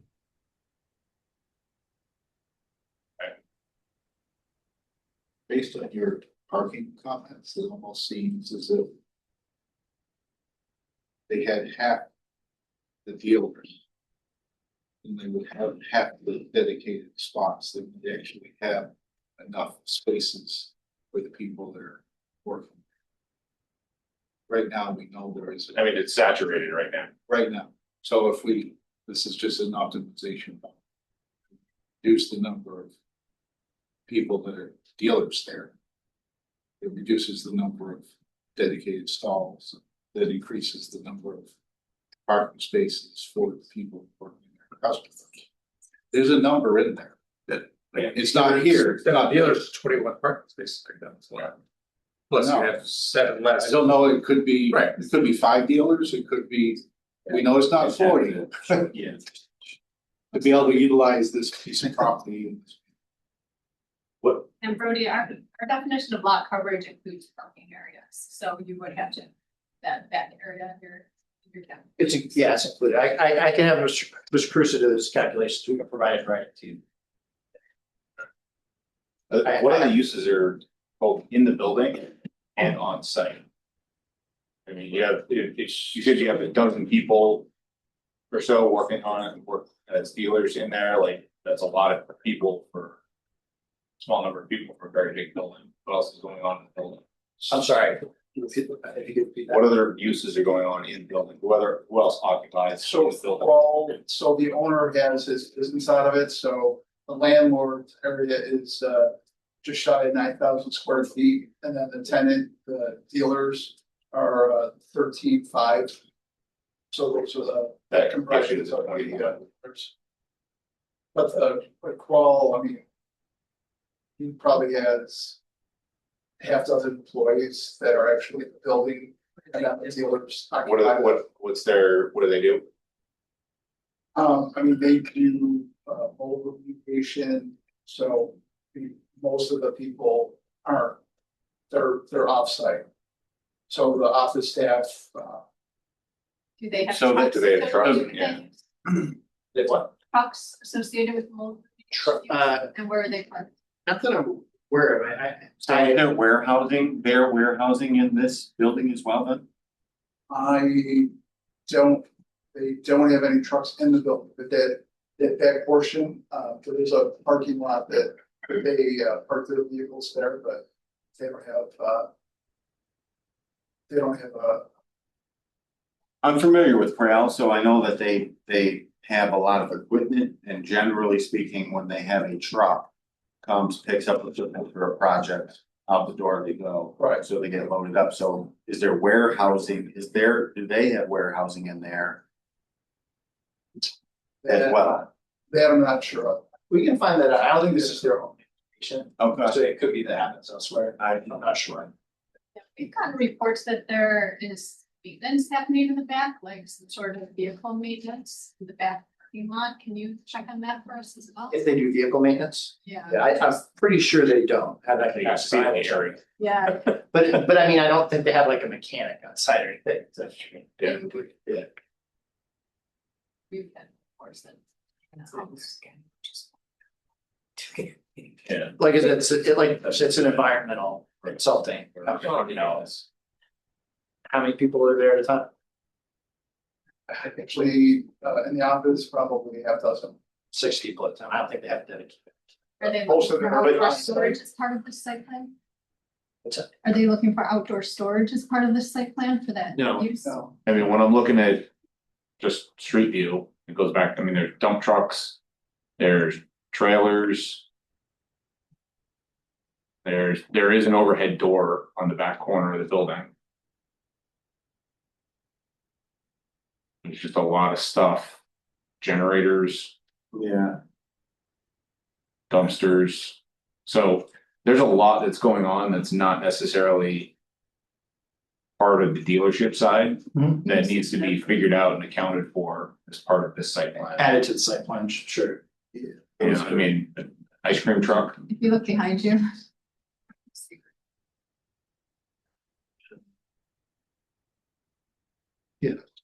so. So I mean, I think that's the. Yeah, we need to fully Yeah, there was a- understand the uses of the Right. site and what exactly is being proposed and how it's currently. So I think that's dealer parking there. Yeah, this is also a dealer park. I can It see. looks like there is that red door in the corner back there, which is. Yeah. So, For those trailers with the wolf remediation use, the trailers that are all parked. back there? Yeah. yes. Okay, so are those shown as parking spaces on the site plan? Few of those trailers are parked now. we go back to the site plan. So you're looking at this area over here? Yeah. Yeah, it's just open. I believe the door that you noticed is. Right there, Yeah. Say, open, closed. I believe these were roll-off containers at some point, I don't know the answer. kind of what I got from it, but.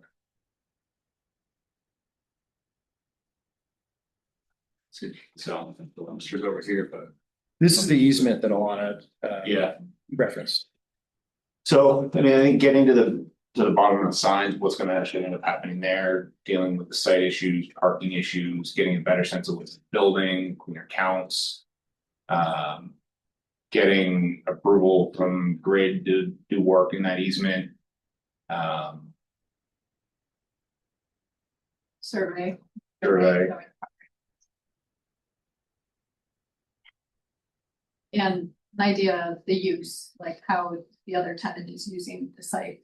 Like a narrative, National Galley, yeah. if they have narrative trailers, description. like that should be on the site plan as well. And if they want, Well, I think a narrative, but also An actual. an actual Yeah. depiction of it, because it doesn't seem to be on the site plan. From what you can see at the site currently.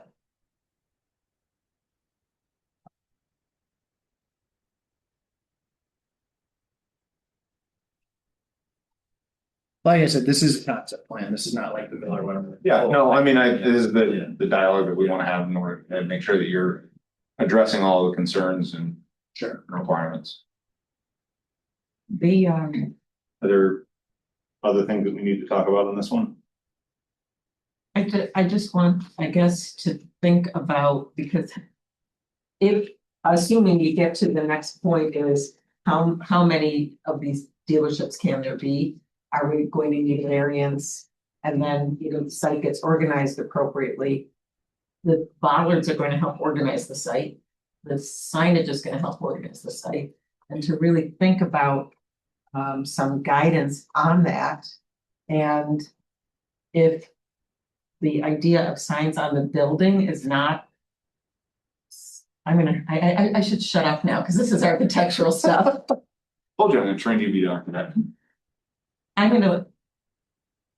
Like, what would it look like? Something different, some kind of divider that would have signage on it, maybe? Stop me now, Nate. No, I think that's fair. I don't think there's nothing, I mean, we don't know what you want it to look like. I think you know that we don't want it to look like that. So I'd like to see whatever proposal you have, a way to organize it, clean it up. I mean, ordering all new signs of the same color, that's a good step in the right direction. Yeah. But I think there's gotta be some organization to it and doesn't look like somebody just went up with a DeWalt screw gun and stuck them all. Yeah, we could try depicting them in a. Well, the Like, linear like and Miss maybe Coates. frame it. Yeah. Well, we may not have the Yeah. choice. No, like, The signs. but does DMV say they have to be on the building? I know they have- They- Yeah. They have to be on the building. I believe they do, yeah. On the building and. You can't put them on like the ball or the Jersey barrier. No, they gotta be. No. On the Can they be opposite. freestanding? At, Could they be freestanding? at each stall? Do you know what would be? Again, helpful? not me. Yeah. Well, We have the the other other side Site of the The entry. DOT's requirements. what's that? The The, DMV. the DMV's requirements, because then it's hard to be creative without knowing. Yeah, so parameters. we provided. Oh, okay, then we can feedback. look at that together. I mean, I'm not sure this. So Yeah. Oh, yeah, I remember. Well, potentially, but we don't know. Yeah, I mean, I think, to the point being made, you're almost gonna kind of back They just into have to what, be on. how many signs you're going to need. Because you gotta address the parking issues on site, It'll be a process. which is gonna determine how many viewers you have, which is gonna determine how many signs you have, which is gonna determine how much space you have to take up. It sounds like maybe a threshold issue would be us going to the zoning board, right? If Well, what kind of I- parking variance we could get. Don't think they're gonna give you 120 spaces. No, I agree, but to see what we could get, I right? think we first need to Yeah. figure out like what is, we're not even sure quite what's going on at the building. And then what, like a floor plan that shows what part of the office is what. So you think we should come back here one more time before we go? Yeah, I mean, the ZBA is gonna look to us for recommendations, so we'd like to work out the issues here and make sure that whatever you're going to ZBA with is something that is viable, that we can make a recommendation to, Sure. so. The floor plan is on S04 and it is broken out to what is the landlord, and what's the tenant, what's the common area. Oh, yeah, there you go. That's 104. Keep going. So here, let's see.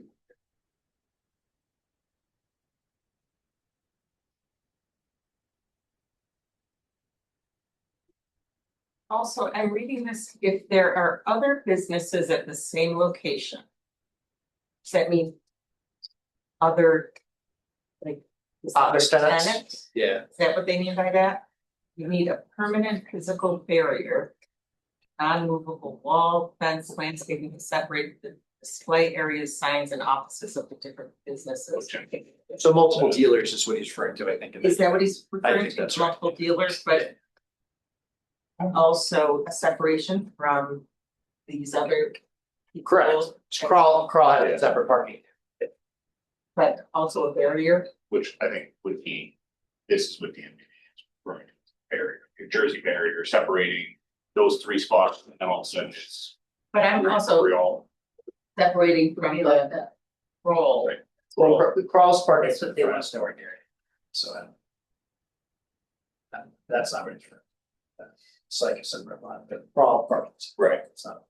Parts of that section at the back. Site plan does have parking in the rear there when it's crawled. Yeah. Way parking. But there needs to be Jersey barriers between the spots. Right, If you're but I saying it needs to be a think what- wall against cross parking, I don't think that's. Yeah, like at the very end right there on the left, you're gonna have to have some version of a Jersey barrier as a. Separation between the three Right stalls here. that's right there, yes. three Yeah. stalls, and then what is that way, I think that's the separation that how I would read that. Sure. And it may take. Just like there's one here, there was, Right. conceivably you could argue there could be one here too. That's what I think, it's that separation that's there, because it is labeled there, employee parking. Understood. So. Yeah, I think you gotta kind of almost. Play the site issue parking count, office space gain to figure out what the right size is. Right. And then we can back into space you need for size. Do you find like that is a better alternative to Jersey Bear or something like that? It sort of looks nicer. But How is this? Looks like 4 feet. I don't have the exact dimensions. They're that tall. I can get the exact dimensions for you. Yeah, I think they're roughly 32 inches. They're not very tall, between 32 and 36. The photo looks a lot taller. So Yeah, I think that's- I don't believe they're 4 feet. Yeah, it is. And Brody, you're gonna also need to look at the size of the stall and make sure that it's compliant. Not right now. Parking spaces, Yes. they're too small. Yep.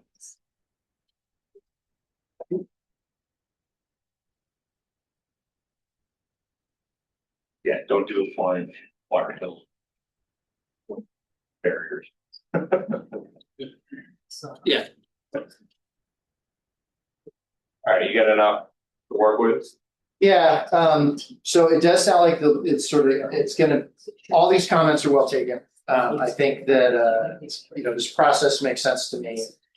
In the interim, we've had 15 of the 46 have had to shut down, so they're essentially unemployed. Do you see a prospect if we were to set out, deadlines for us to do certain things to get a temp? We're at that stage. There's so many unanswered questions. I think we need to get further into this before we even consider that. Yep. Good, thank you. I guess you're gonna just keep standing right there. It's the same discussion, honestly, in the interest of the board's time. There are two big issues. One's the sign and the other's the separators. There's a lot of other issues. Yes, okay. Lots. Yeah, I will stay here then. just keep you on your feet all night. There's a similar business on Baker Street, and I'm open for questions. All right. When we pull this one up, in terms of right now, it's just an open free for all on the site, so we got trying to close down that street edge. It looks like you're starting to kind of do. Are you proposing work in the DOT right away? Or are you just showing that? Mark, you going out this way? We're just showing that, we're showing that green area that is part of the site. Because if we go to the street view, there's nothing there. It's a straight pavement that runs right into the street. There is no green. Yeah, I believe that is. If you go to the survey. This is your survey. Yeah, scroll down.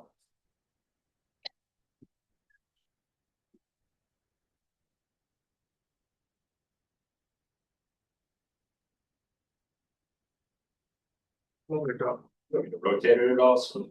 Yeah, so it's oriented to the same half. You can do that. That would help me a lot. Yeah, I do the same thing.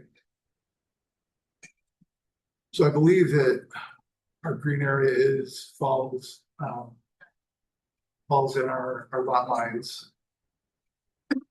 And just, sorry, just for the record, can you introduce yourself? I don't think we've. I'm sorry, Mark Russo, I'm with Osborne, starting Avon. When I was looking at this, it did seem like the green space was outside of the property. Yeah, I will verify that. So it looks like right now they're parking cars. Which I'm not sure we'd likely be in favor of some green space, but it's just that it's off of your property. Yeah, and we like delineated driveways. Yeah, and I believe that green space was generated from previous meetings back through COVID. But we can visit that. You can see it's just a straight sea of asphalt in the street. Yeah. The DMV signs on this one. There on the, right above the window there. So this will be the same condition, those organized. Right. Need to understand what's going on. Are there other uses of these office buildings or are they just for the car sellers? These are just for the car sellers. Operations are going on in the building. Couple of cubicles, or are they servicing cars here, or? They are. I don't believe they're servicing cars. I think it's mostly sales. There is an overhead door on this one, which. I'm wondering what's going on inside that building. I think it's just maintenance, oil changes. I don't think it's not a full shop. So it's, I mean, that's still commercial garage servicing of cars, right? So. Right, but I mean, not major overhauls again, just. Right, similar to. The other We would property, need to know what they use Yeah. it. Right, okay. but if you can provide, layouts for those buildings, just so we can get a sense of what's going on inside the building. Need to re-subdivide the two parcels into one.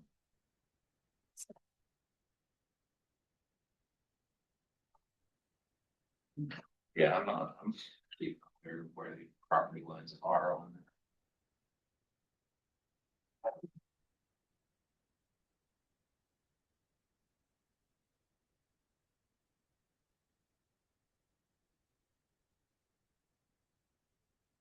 So it's the one to the top with one that's down below that zigzags back, right? So then are there other easements? Because right now you're connected to other parcels. Go back to the survey. I don't believe there's. And I say just, you see the blue car and the white car?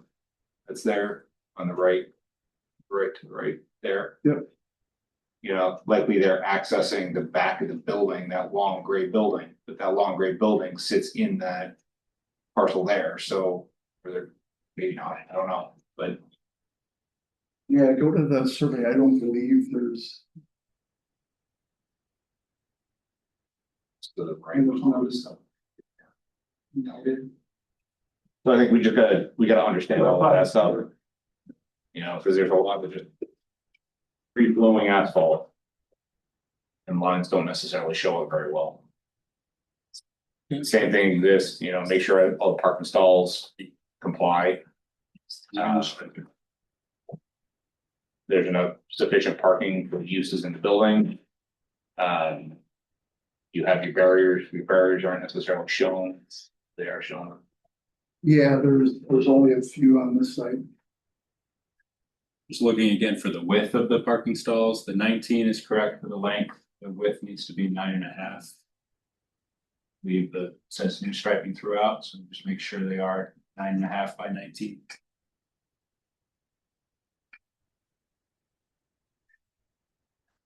So yeah, a lot of those same comments carry over to this one. So. Hometown exterior roofing and gutters is in this location. As well as HKG tire and auto repair. And auto sales. They both have that address listed. 105. Yeah, that I will. That I'm not sure about. Verify that. Again, might be their warehousing or something like that.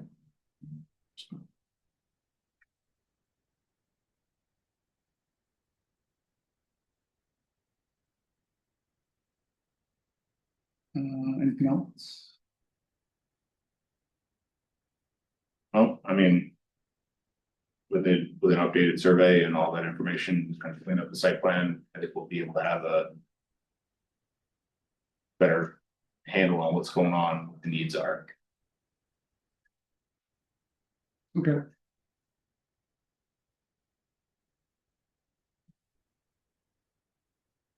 Good.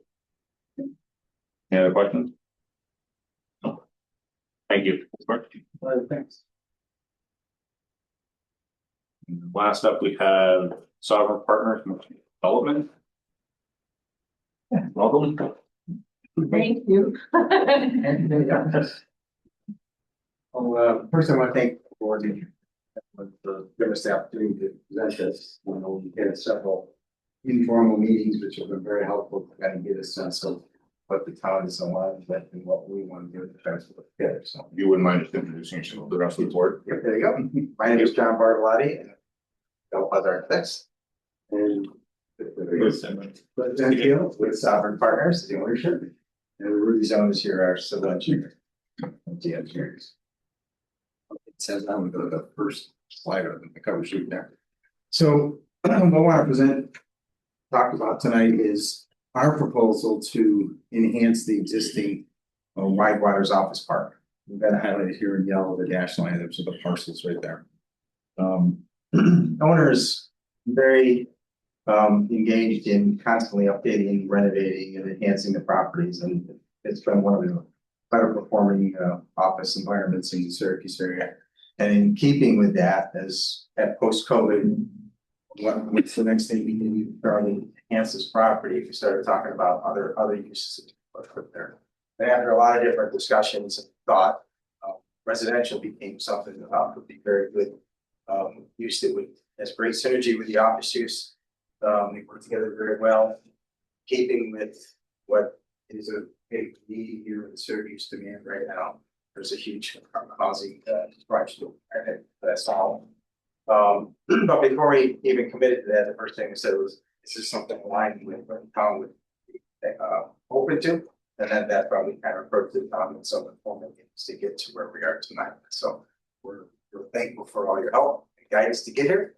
And I'll kind of walk you through this here. So just to give you some bearing for the people that may not be aware where this is, as everybody is just knows where the Whitewater Parkway is. So we're looking at the existing site plan right now, and the buildings in white are all the properties that they own.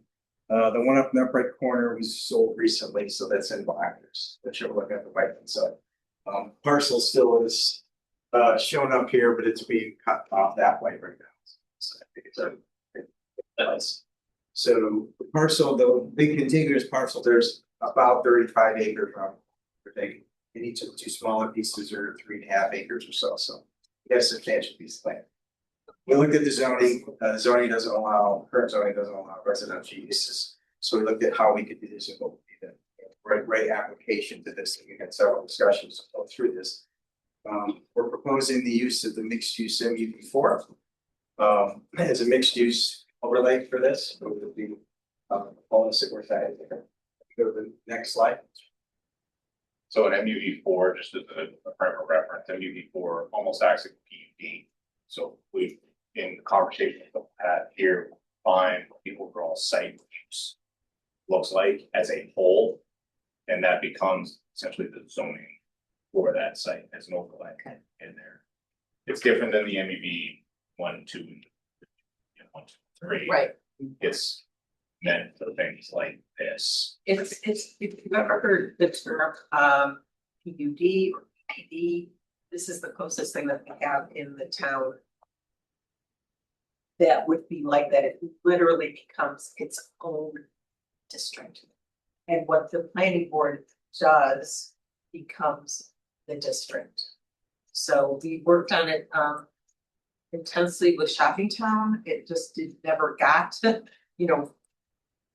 where it was intended to be, but we did find that it really translates well to this project. And there's a minimum acreage part of that. 25 acres. Yeah. So it's not like you just willy-nilly come in and. Right. Make larger contiguous sites that would support that. So that's the big thing. That's the big thing, right? Okay. And this is what we're showing here. Yellow is what we're proposing as residential buildings. The white is what you saw previously in the other one. And there was a lot of back and forth and thought of where and how we can situate these and how we can create a very thoughtful, engaging, walkable community and kind of a neighborhood within this instead of just haphazard this. We got a lot of good guidance that supported some of the building discussions. And we've got a series of 8 buildings here, all 4 5-story buildings, all with construction right now is planned for that. A total of about 688 Sweeney Total. We have them all labeled A, B, C, A, B, and C here, D, E, F, G, and H. Thought process on the potential phasing would be the first piece would be clustering here to create a center core. And that's kind of like the heart of the whole development. And there's a lot of thought in how we place those buildings, how we keep a lot of green space between them, keep the cars outside, keep walkable. So that really kind of became the genesis of this. And we have to also balance the existing parking that's there and the existing tenants that are there, because first and foremost, it's a very successful office building. We don't want to hinder that. So this has to help. Reason being residential has a really good synergy is we look at shared parking use that very well with that at different times of the day. I know traffic's probably come up, but we do have a traffic study. So what we ended up eventually doing was trying to create this whole zone in the center here with very minimal parking. Keeping that all walkable. We had the inversion railing wall, we pulled it all out. And then we looked at all the surrounding parking spaces. And we're working with at least what the MUV4 has as a minimum of 3 per 1,000 for parking spaces. That is what we're at right now with the shared parking use. So we're going to take it before. Why don't you hit the next slide? I think the next one kind of goes next one up. So yeah, this is lagging. That's right. Okay. So this was just to try to give a organization to, in addition to the buildings, in addition to the green spaces, how are we connecting stuff and connectivity? What are some of the little components that we want to try to create around the site? The heavy, when it comes up finally, this heavy red dashed line is really a spine that we're trying to keep connected to the Empire Trail, bike trail, pull it down right through the site and connect down here, because right over here is the Marshall's Plaza, the restaurants there, trying to tie all this stuff together. And then we got a network of secondary connections through the site so that you can, traverse through the site with little, more call them micro parks in different zones. We have the buildings we highlighted here, some yellow spots. There was a strong preference to have more than just retail or just residential in the zones. We know it's a challenge to try to do that, but we're open to trying to create some zones that could be successful where we have some retail, some cafes, some sandwich shops, something that gives that sense of people being there, maybe be able to use the outside green space to enhance. And we had several discussions on that as well, which we think the owner was amenable to try to make it work if we can get those tenants to come through. One of the big concerns we know is all along the right-hand side. If you look to the south here, we've got the cemetery here, and then beyond that is shopping town, I think. You look to the north, we've got street, we're divided by the street. You look over here, we've got a shopping center. Most sensitive is the residential neighborhood on the right-hand side. Fortunately, right now, and I'll show you for future slides, there's a pretty good visual barrier for what's there now, and we have to kind of enhance that. So what we're proposing here, in addition to the connection, the bike trails and the little parks, is we're going to have some serious screening on top of that, vegetative screening, and there's some pretty significant berm there right now. That covers most of this slide, so I want to get the next slide.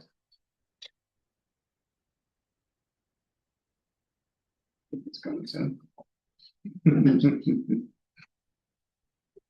It's because it's hosted on the internet. We're working off of the civic process. Okay. So this was our first organizational approach to how are we going to solve the parking, because we do have existing leases and leasing tenants, and so we've got to maintain not only just what the zonings are required, but what's really going to be needed for the tenants and our obligations. So we're working through that, but right now this illustrates it meets what we believe the MUV4 indicates we should be, and we think it's going to meet what the owner requires. We're going through that right now. So we've indicated in yellow dots what we've allocated to residential, and we've indicated in the gray zone what we've allocated to the office buildings. And we got a count there, so we got their organization through there. And then the next slide, if you go to the next one, we have to go with that. We've kind of taken a quick analysis of what our calculations are. We have a total of, I don't have a total. 2,000 something cars. We have 899 in the residential and 1,490 over there, right? Yep. For the well, we have 14.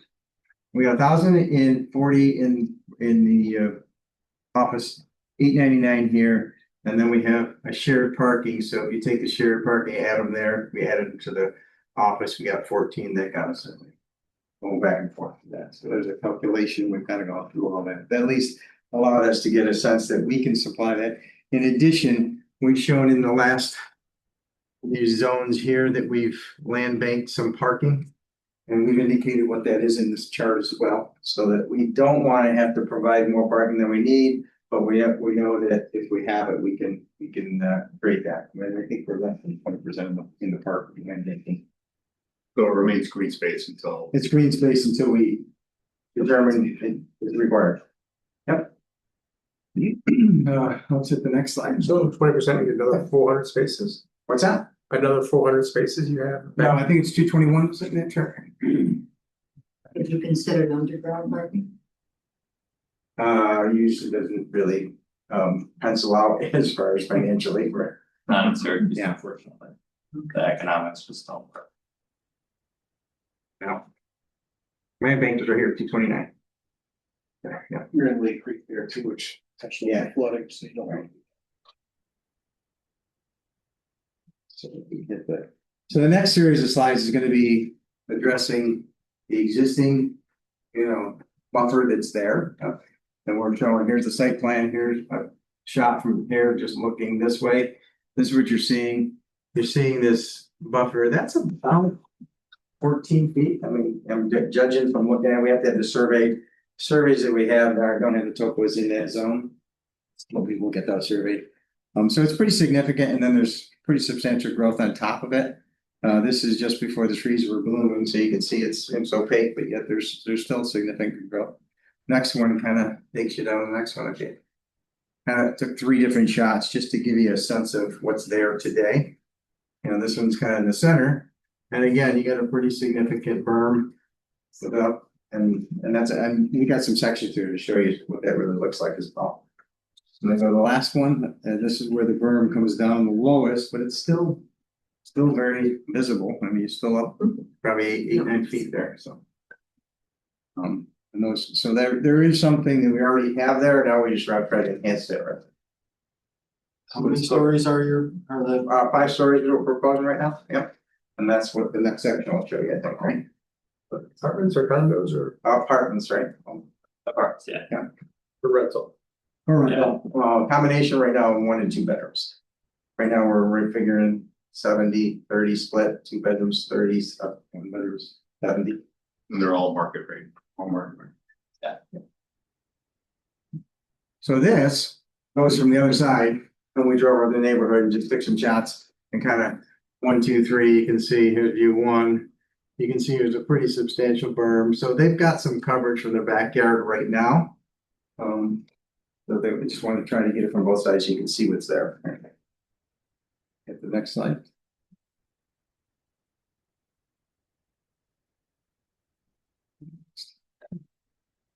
This is the last one where we couldn't get images off the satellite, so we had to kind of mask them up in white. It's essentially the same. So here's, let's see where this one's taken through here where the berm is the lowest up here. And we're showing this is what came from satellite imagery and topographical. And then from our visual, we think it's really up there. We need to get a survey for this reason, but that's what the red's showing. So it looks, and I think it's because the heavy tree coverage, the satellite, it just wasn't that accurate there. It's kind of guessing. But I know it's higher than that when I was standing there because it's just pretty dumb. So this is our building at 5 stories. We got 11 feet floor to floor. We're just under 60 feet. We're 57.6 to the top of the roof surface. Yeah. We have 100 and let's see, or 70, about 150 feet from property line to building. So there's a substantial setback.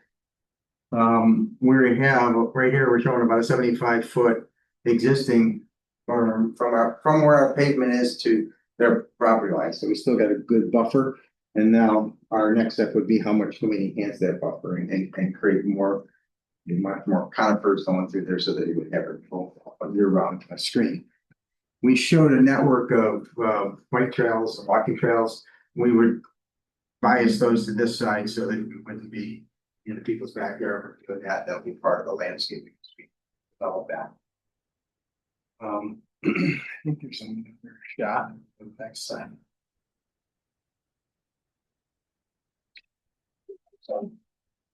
Okay, so yes, this one.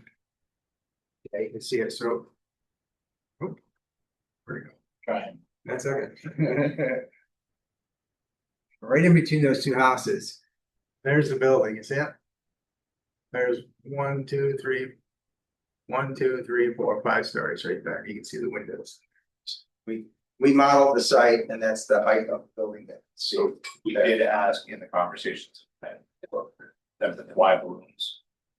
So that from that side, there's the visual indication in our product as well, like I do renderings like this, and I can show you anything you want, but to actually fly the balloon and see where that building actually is. No trick Canada, no. And so we took a section here, a section here. That's what the next couple of slides show. It's the same thing, just showing the same difference. The buildings don't change, it's just that you get a little more coverage from them. You talk about this one because I know we talked about it in our earlier ones, but lowering that one. We haven't done that, but that was a last conversation. So in the site plan here, we show this T-shaped building. Currently, we're showing 5 stories here, 4 stories here. We talked about, what can we reverse that? 4 stories that price. So yeah, we can. We may have to lengthen the building here by 30 feet to make up the deficit, but we think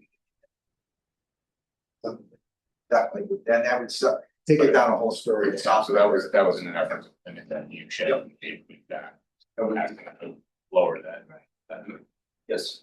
Yeah, so basically, that comes off, you're really down here now. It would make a significant difference. That was a very good suggestion. Oh,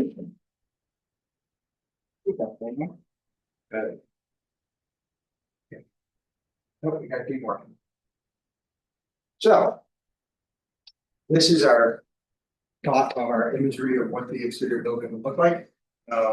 We took one shot right now. This is kind of from that center heart of the thing. This is the center where you'd be driving in from Widewaters Parkway. This is a new building here. There's a new building here, and then there'd be one off here out of view that you can't see. But this is that T-shaped building we just looked at. So the suggestion was reversing that. This would come down to this height. This would go up here, and I think would significantly soften that edge. But this is again trying to create that very pedestrian center core heart of the whole neighborhood center, keeping the parking out of there, which I think is, if we can solve it, which I think we have, is a very good suggestion. Use of that space. Next slide. Now I think we're just going through some elevations of each building. They're pretty similar as you're on, but here's a standard floor plan, double corridor, standard apartments either side.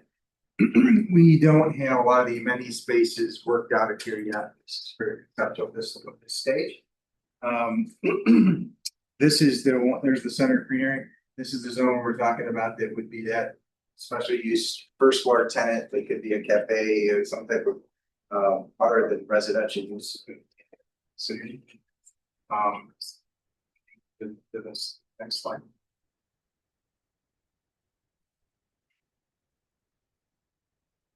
And then here's just a typical elevation and the organization of what we do. We got balconies, different materials. We're showing, I think, 3 different types of materials. So we haven't really selected them yet, but we're thinking in like thin brick and some metal panels and some composite panels as well. We're thinking big outside this right now.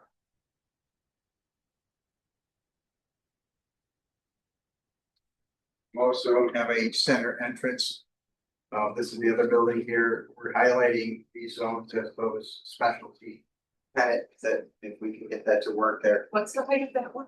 They're all 5 stories right now is what we're proposing. Yep. Yep. The one T-shaped head up, it's 5 and 4. We just gave you the same elevations. They're very similar approach, different forms. And so we got a little more of the brick down the center, picking up on some of the existing buildings, which are all brick out there. Trying to kind of play up on some of that. It's got the amenity space down the bottom. Where did you come up with that architectural style? I'm at it again, guys. Stop me anytime. No, I'm just curious as to what you're feeding off of, you know, Well, or just it's something other towns like, or. well, we're doing a lot of different residential in different areas, and this is much more in keeping with what today's market is demanding. If you look at most of the residential out there now, they've really stepped up their game as far as different facades, different, very much increased amenities within the space. They don't like one texture on the building. Usually it's like trying to create different zones and different feels or reflections of whether it's brick or metal panels. But this came up from a concept that we developed. I would did, but it's not something we brought in from someplace else. Sure. I'm answering. Yeah. So it looks similar to the ones. Yeah. In the city now, right? So it's this. The new ones. The newer ones, right? The newer ones, the university stuff. Yeah. Yep. It's generally forward. And these always evolve as you get going a little farther, you know, but this is the first blush concept of where we are. We're happy with at least what we could do with. Yeah. I think that's probably the last building here for the similar approach, similar elevations. And then I think the last slide is some of the amenity spaces, if you go to the next one. So one of the things that the owner is, suggesting, and I think it's a really good idea, is you have a lot of amenities right now in the existing office buildings. They have very nice common spaces, some gymnasiums and different components, conference rooms. The thought is to be able to maybe use some of those for these buildings, so they would have the synergy and be able to use some of those spaces. These are just some examples of the interior common amenity spaces that the flavor of what we're talking. I don't think these are a sovereigns right now, but I think they're the bottom right of the. Yep. You guys. I did that one, yeah, right, in Boston, that's in Boston. I was at the last page looking at this. I go to the last one, and then this one's in Boston too, yep. Yeah. Right there, yeah. Yeah, so they do some really nice, they put some seriously thought and some commitment to what they're doing, so they create very nice properties. And that, I'll open to questions. So obviously, first look, I think the bigger is MUV, we're gonna balance the number of units and parking and amenities and space, and kind of take a look at all of that as a whole. First, go at it, questions, comments? Looking at your residential populations, have you considered how you might be able to support them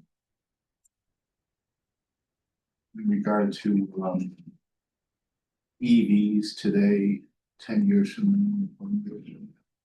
Well, there's mandates right now for EVs in New York State, right? We gotta do 20% EV ready. So we're gonna have to comply with those for sure. Percentage of the states right now is about 2%, so it's not very high, but we have to plan for it. It's required. Because you're certainly looking at a 40 to 50 year lifespan. Right. Of the, within 20 years, with populations from. Yep. Yeah. What's your ratio on the 1 bedroom to 2 bedroom? 70 to 30, 71. How did you come up with that? It's not cast in stone, but from market around here, that's what every leasing agent is telling us that we should lean. We've also been in other markets, we've been much more successful with the 1 bedrooms and the 2 bedrooms for rentals. There's generally a lot of younger people and a lot of empty nesters. And here we thought the synergy with the park. We're hoping a lot of the times when people are leaving our office park here, they're moving downtown, and a lot of the drive behind that is candidly the younger folks wanting to live downtown versus in the suburbs, wanting to come to the suburbs. So one of the main reasons that we're doing this, like to do this, is to create a little more staying power locally. And what we found is just with that population, the one bedroom is still a lot quicker than the two bedrooms. So you I mean, there's a lot of older people in DeWitt too that would sell their house if they had something nice to go. And mostly they would want 2 bedrooms because they're coming out of a house. Yeah. So I just asked, how you came up. Yeah, that's why we're somewhat flexible on the ratio, but we've found like 30%. So it's do quick math there. So that would be like if we did everything, that would be like 108 units, I think, give or take, of 2 bedrooms, and then the remaining 1 bedroom. So you have a decent mix of both. Thank you. So your age range is 18 to 88. Right. Yeah, I guess the middle in there. There's a middle, like, out of the 30. Yeah. 48 and 58. Right. So we'll also want to consider, as we kind of go through this process, that the MUD4 is for essentially contiguous 25 acres or more parcel. When we look at these, we've got Wide Waters that kind of cuts through the middle of this, and they are separate parcels through here. When you look at, and we've had these conversations and things that we gotta figure out is the parcel to the left is more contiguous to the rest of the site.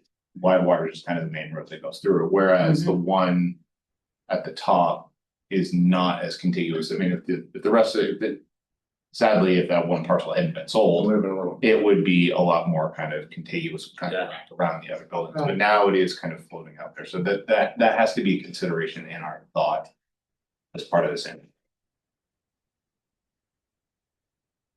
We're leaning toward not including the top parcel, but including the one that's Correct. along Marshalls.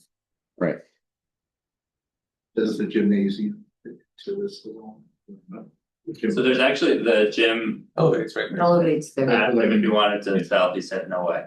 So, but it's actually, I don't know if any of you have been there. It's really, the parking lot was packed. Like Yes. it's just a gym, and it's a really great, it's a great synergy with both our office and residential. We have our own small gym, but I walked in there when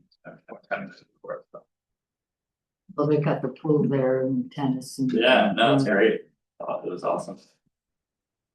We do have, I submitted this today, we got or I don't know if it's today, but I submitted it electronically to Lauren. It's the full traffic report. When we submitted before, we just had a preliminary, and it has come back, but the short notes here are the additional traffic generated by the proposed Wide Waters residential development will have no notable impacts on traffic operations at the signalized intersections of Wide Waters Parkway with Bridge Street or Kinney. The additional traffic will result in some moderate increase in delay at the all-way stop intersection of Wide Waters Parkway and Empire State Trail. However, levels of service will remain within acceptable ranges. So that's Yeah, that combined with the possible future development of the mall would have significant impact together.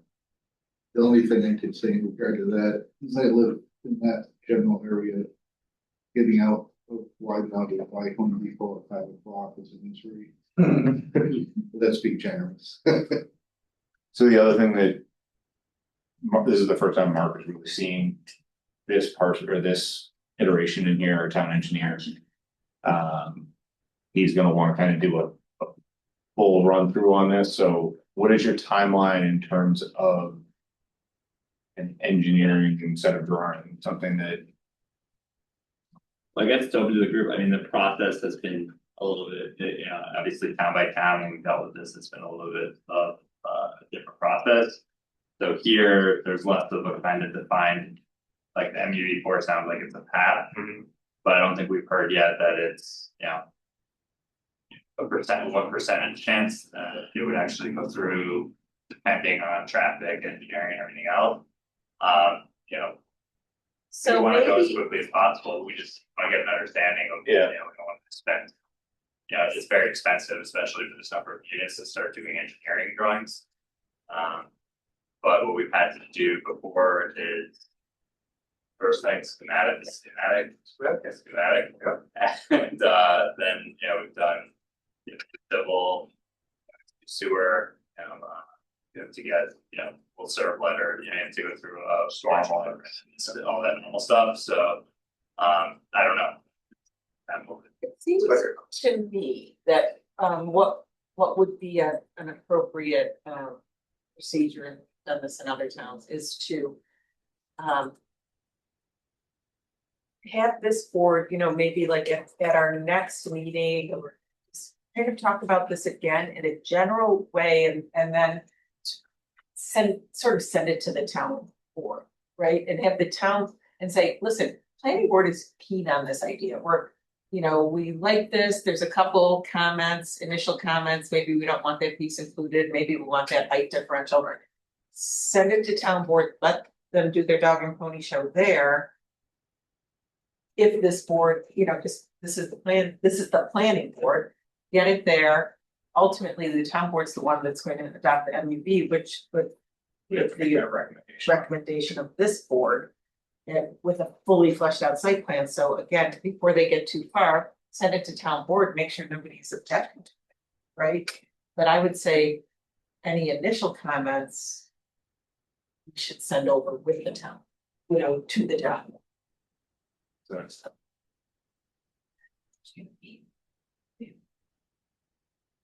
We're gonna be here.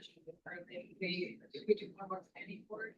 I would say one more planning board for this board, I know, and everybody's asleep. Just relook and say, hey, what are the general comments? And then say, we're good with it, not good with it. First time you guys have seen it, there was an internal working group. So. I don't know, Nate, that's up to you. Yeah. No, I think that's a great process, and give us an opportunity to kind of compile some of those thoughts, those ideas, in addition to what we already talked about. Send it. They're kind of that. Best take on it. Assuming the planning board is in favor, sends it to the town board, and they do conceptual buy-in, then we can really start. Yeah, Right.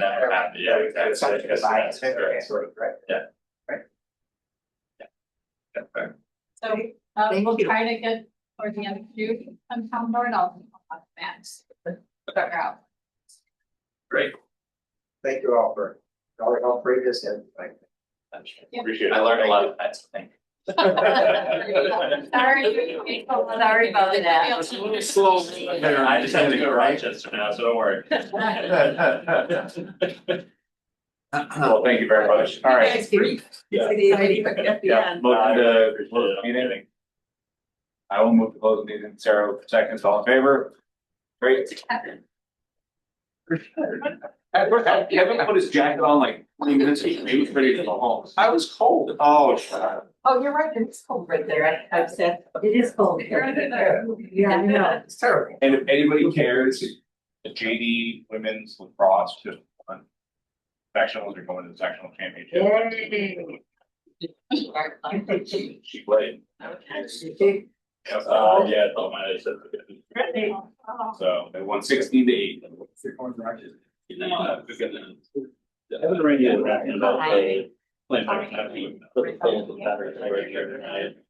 know that's about. Between.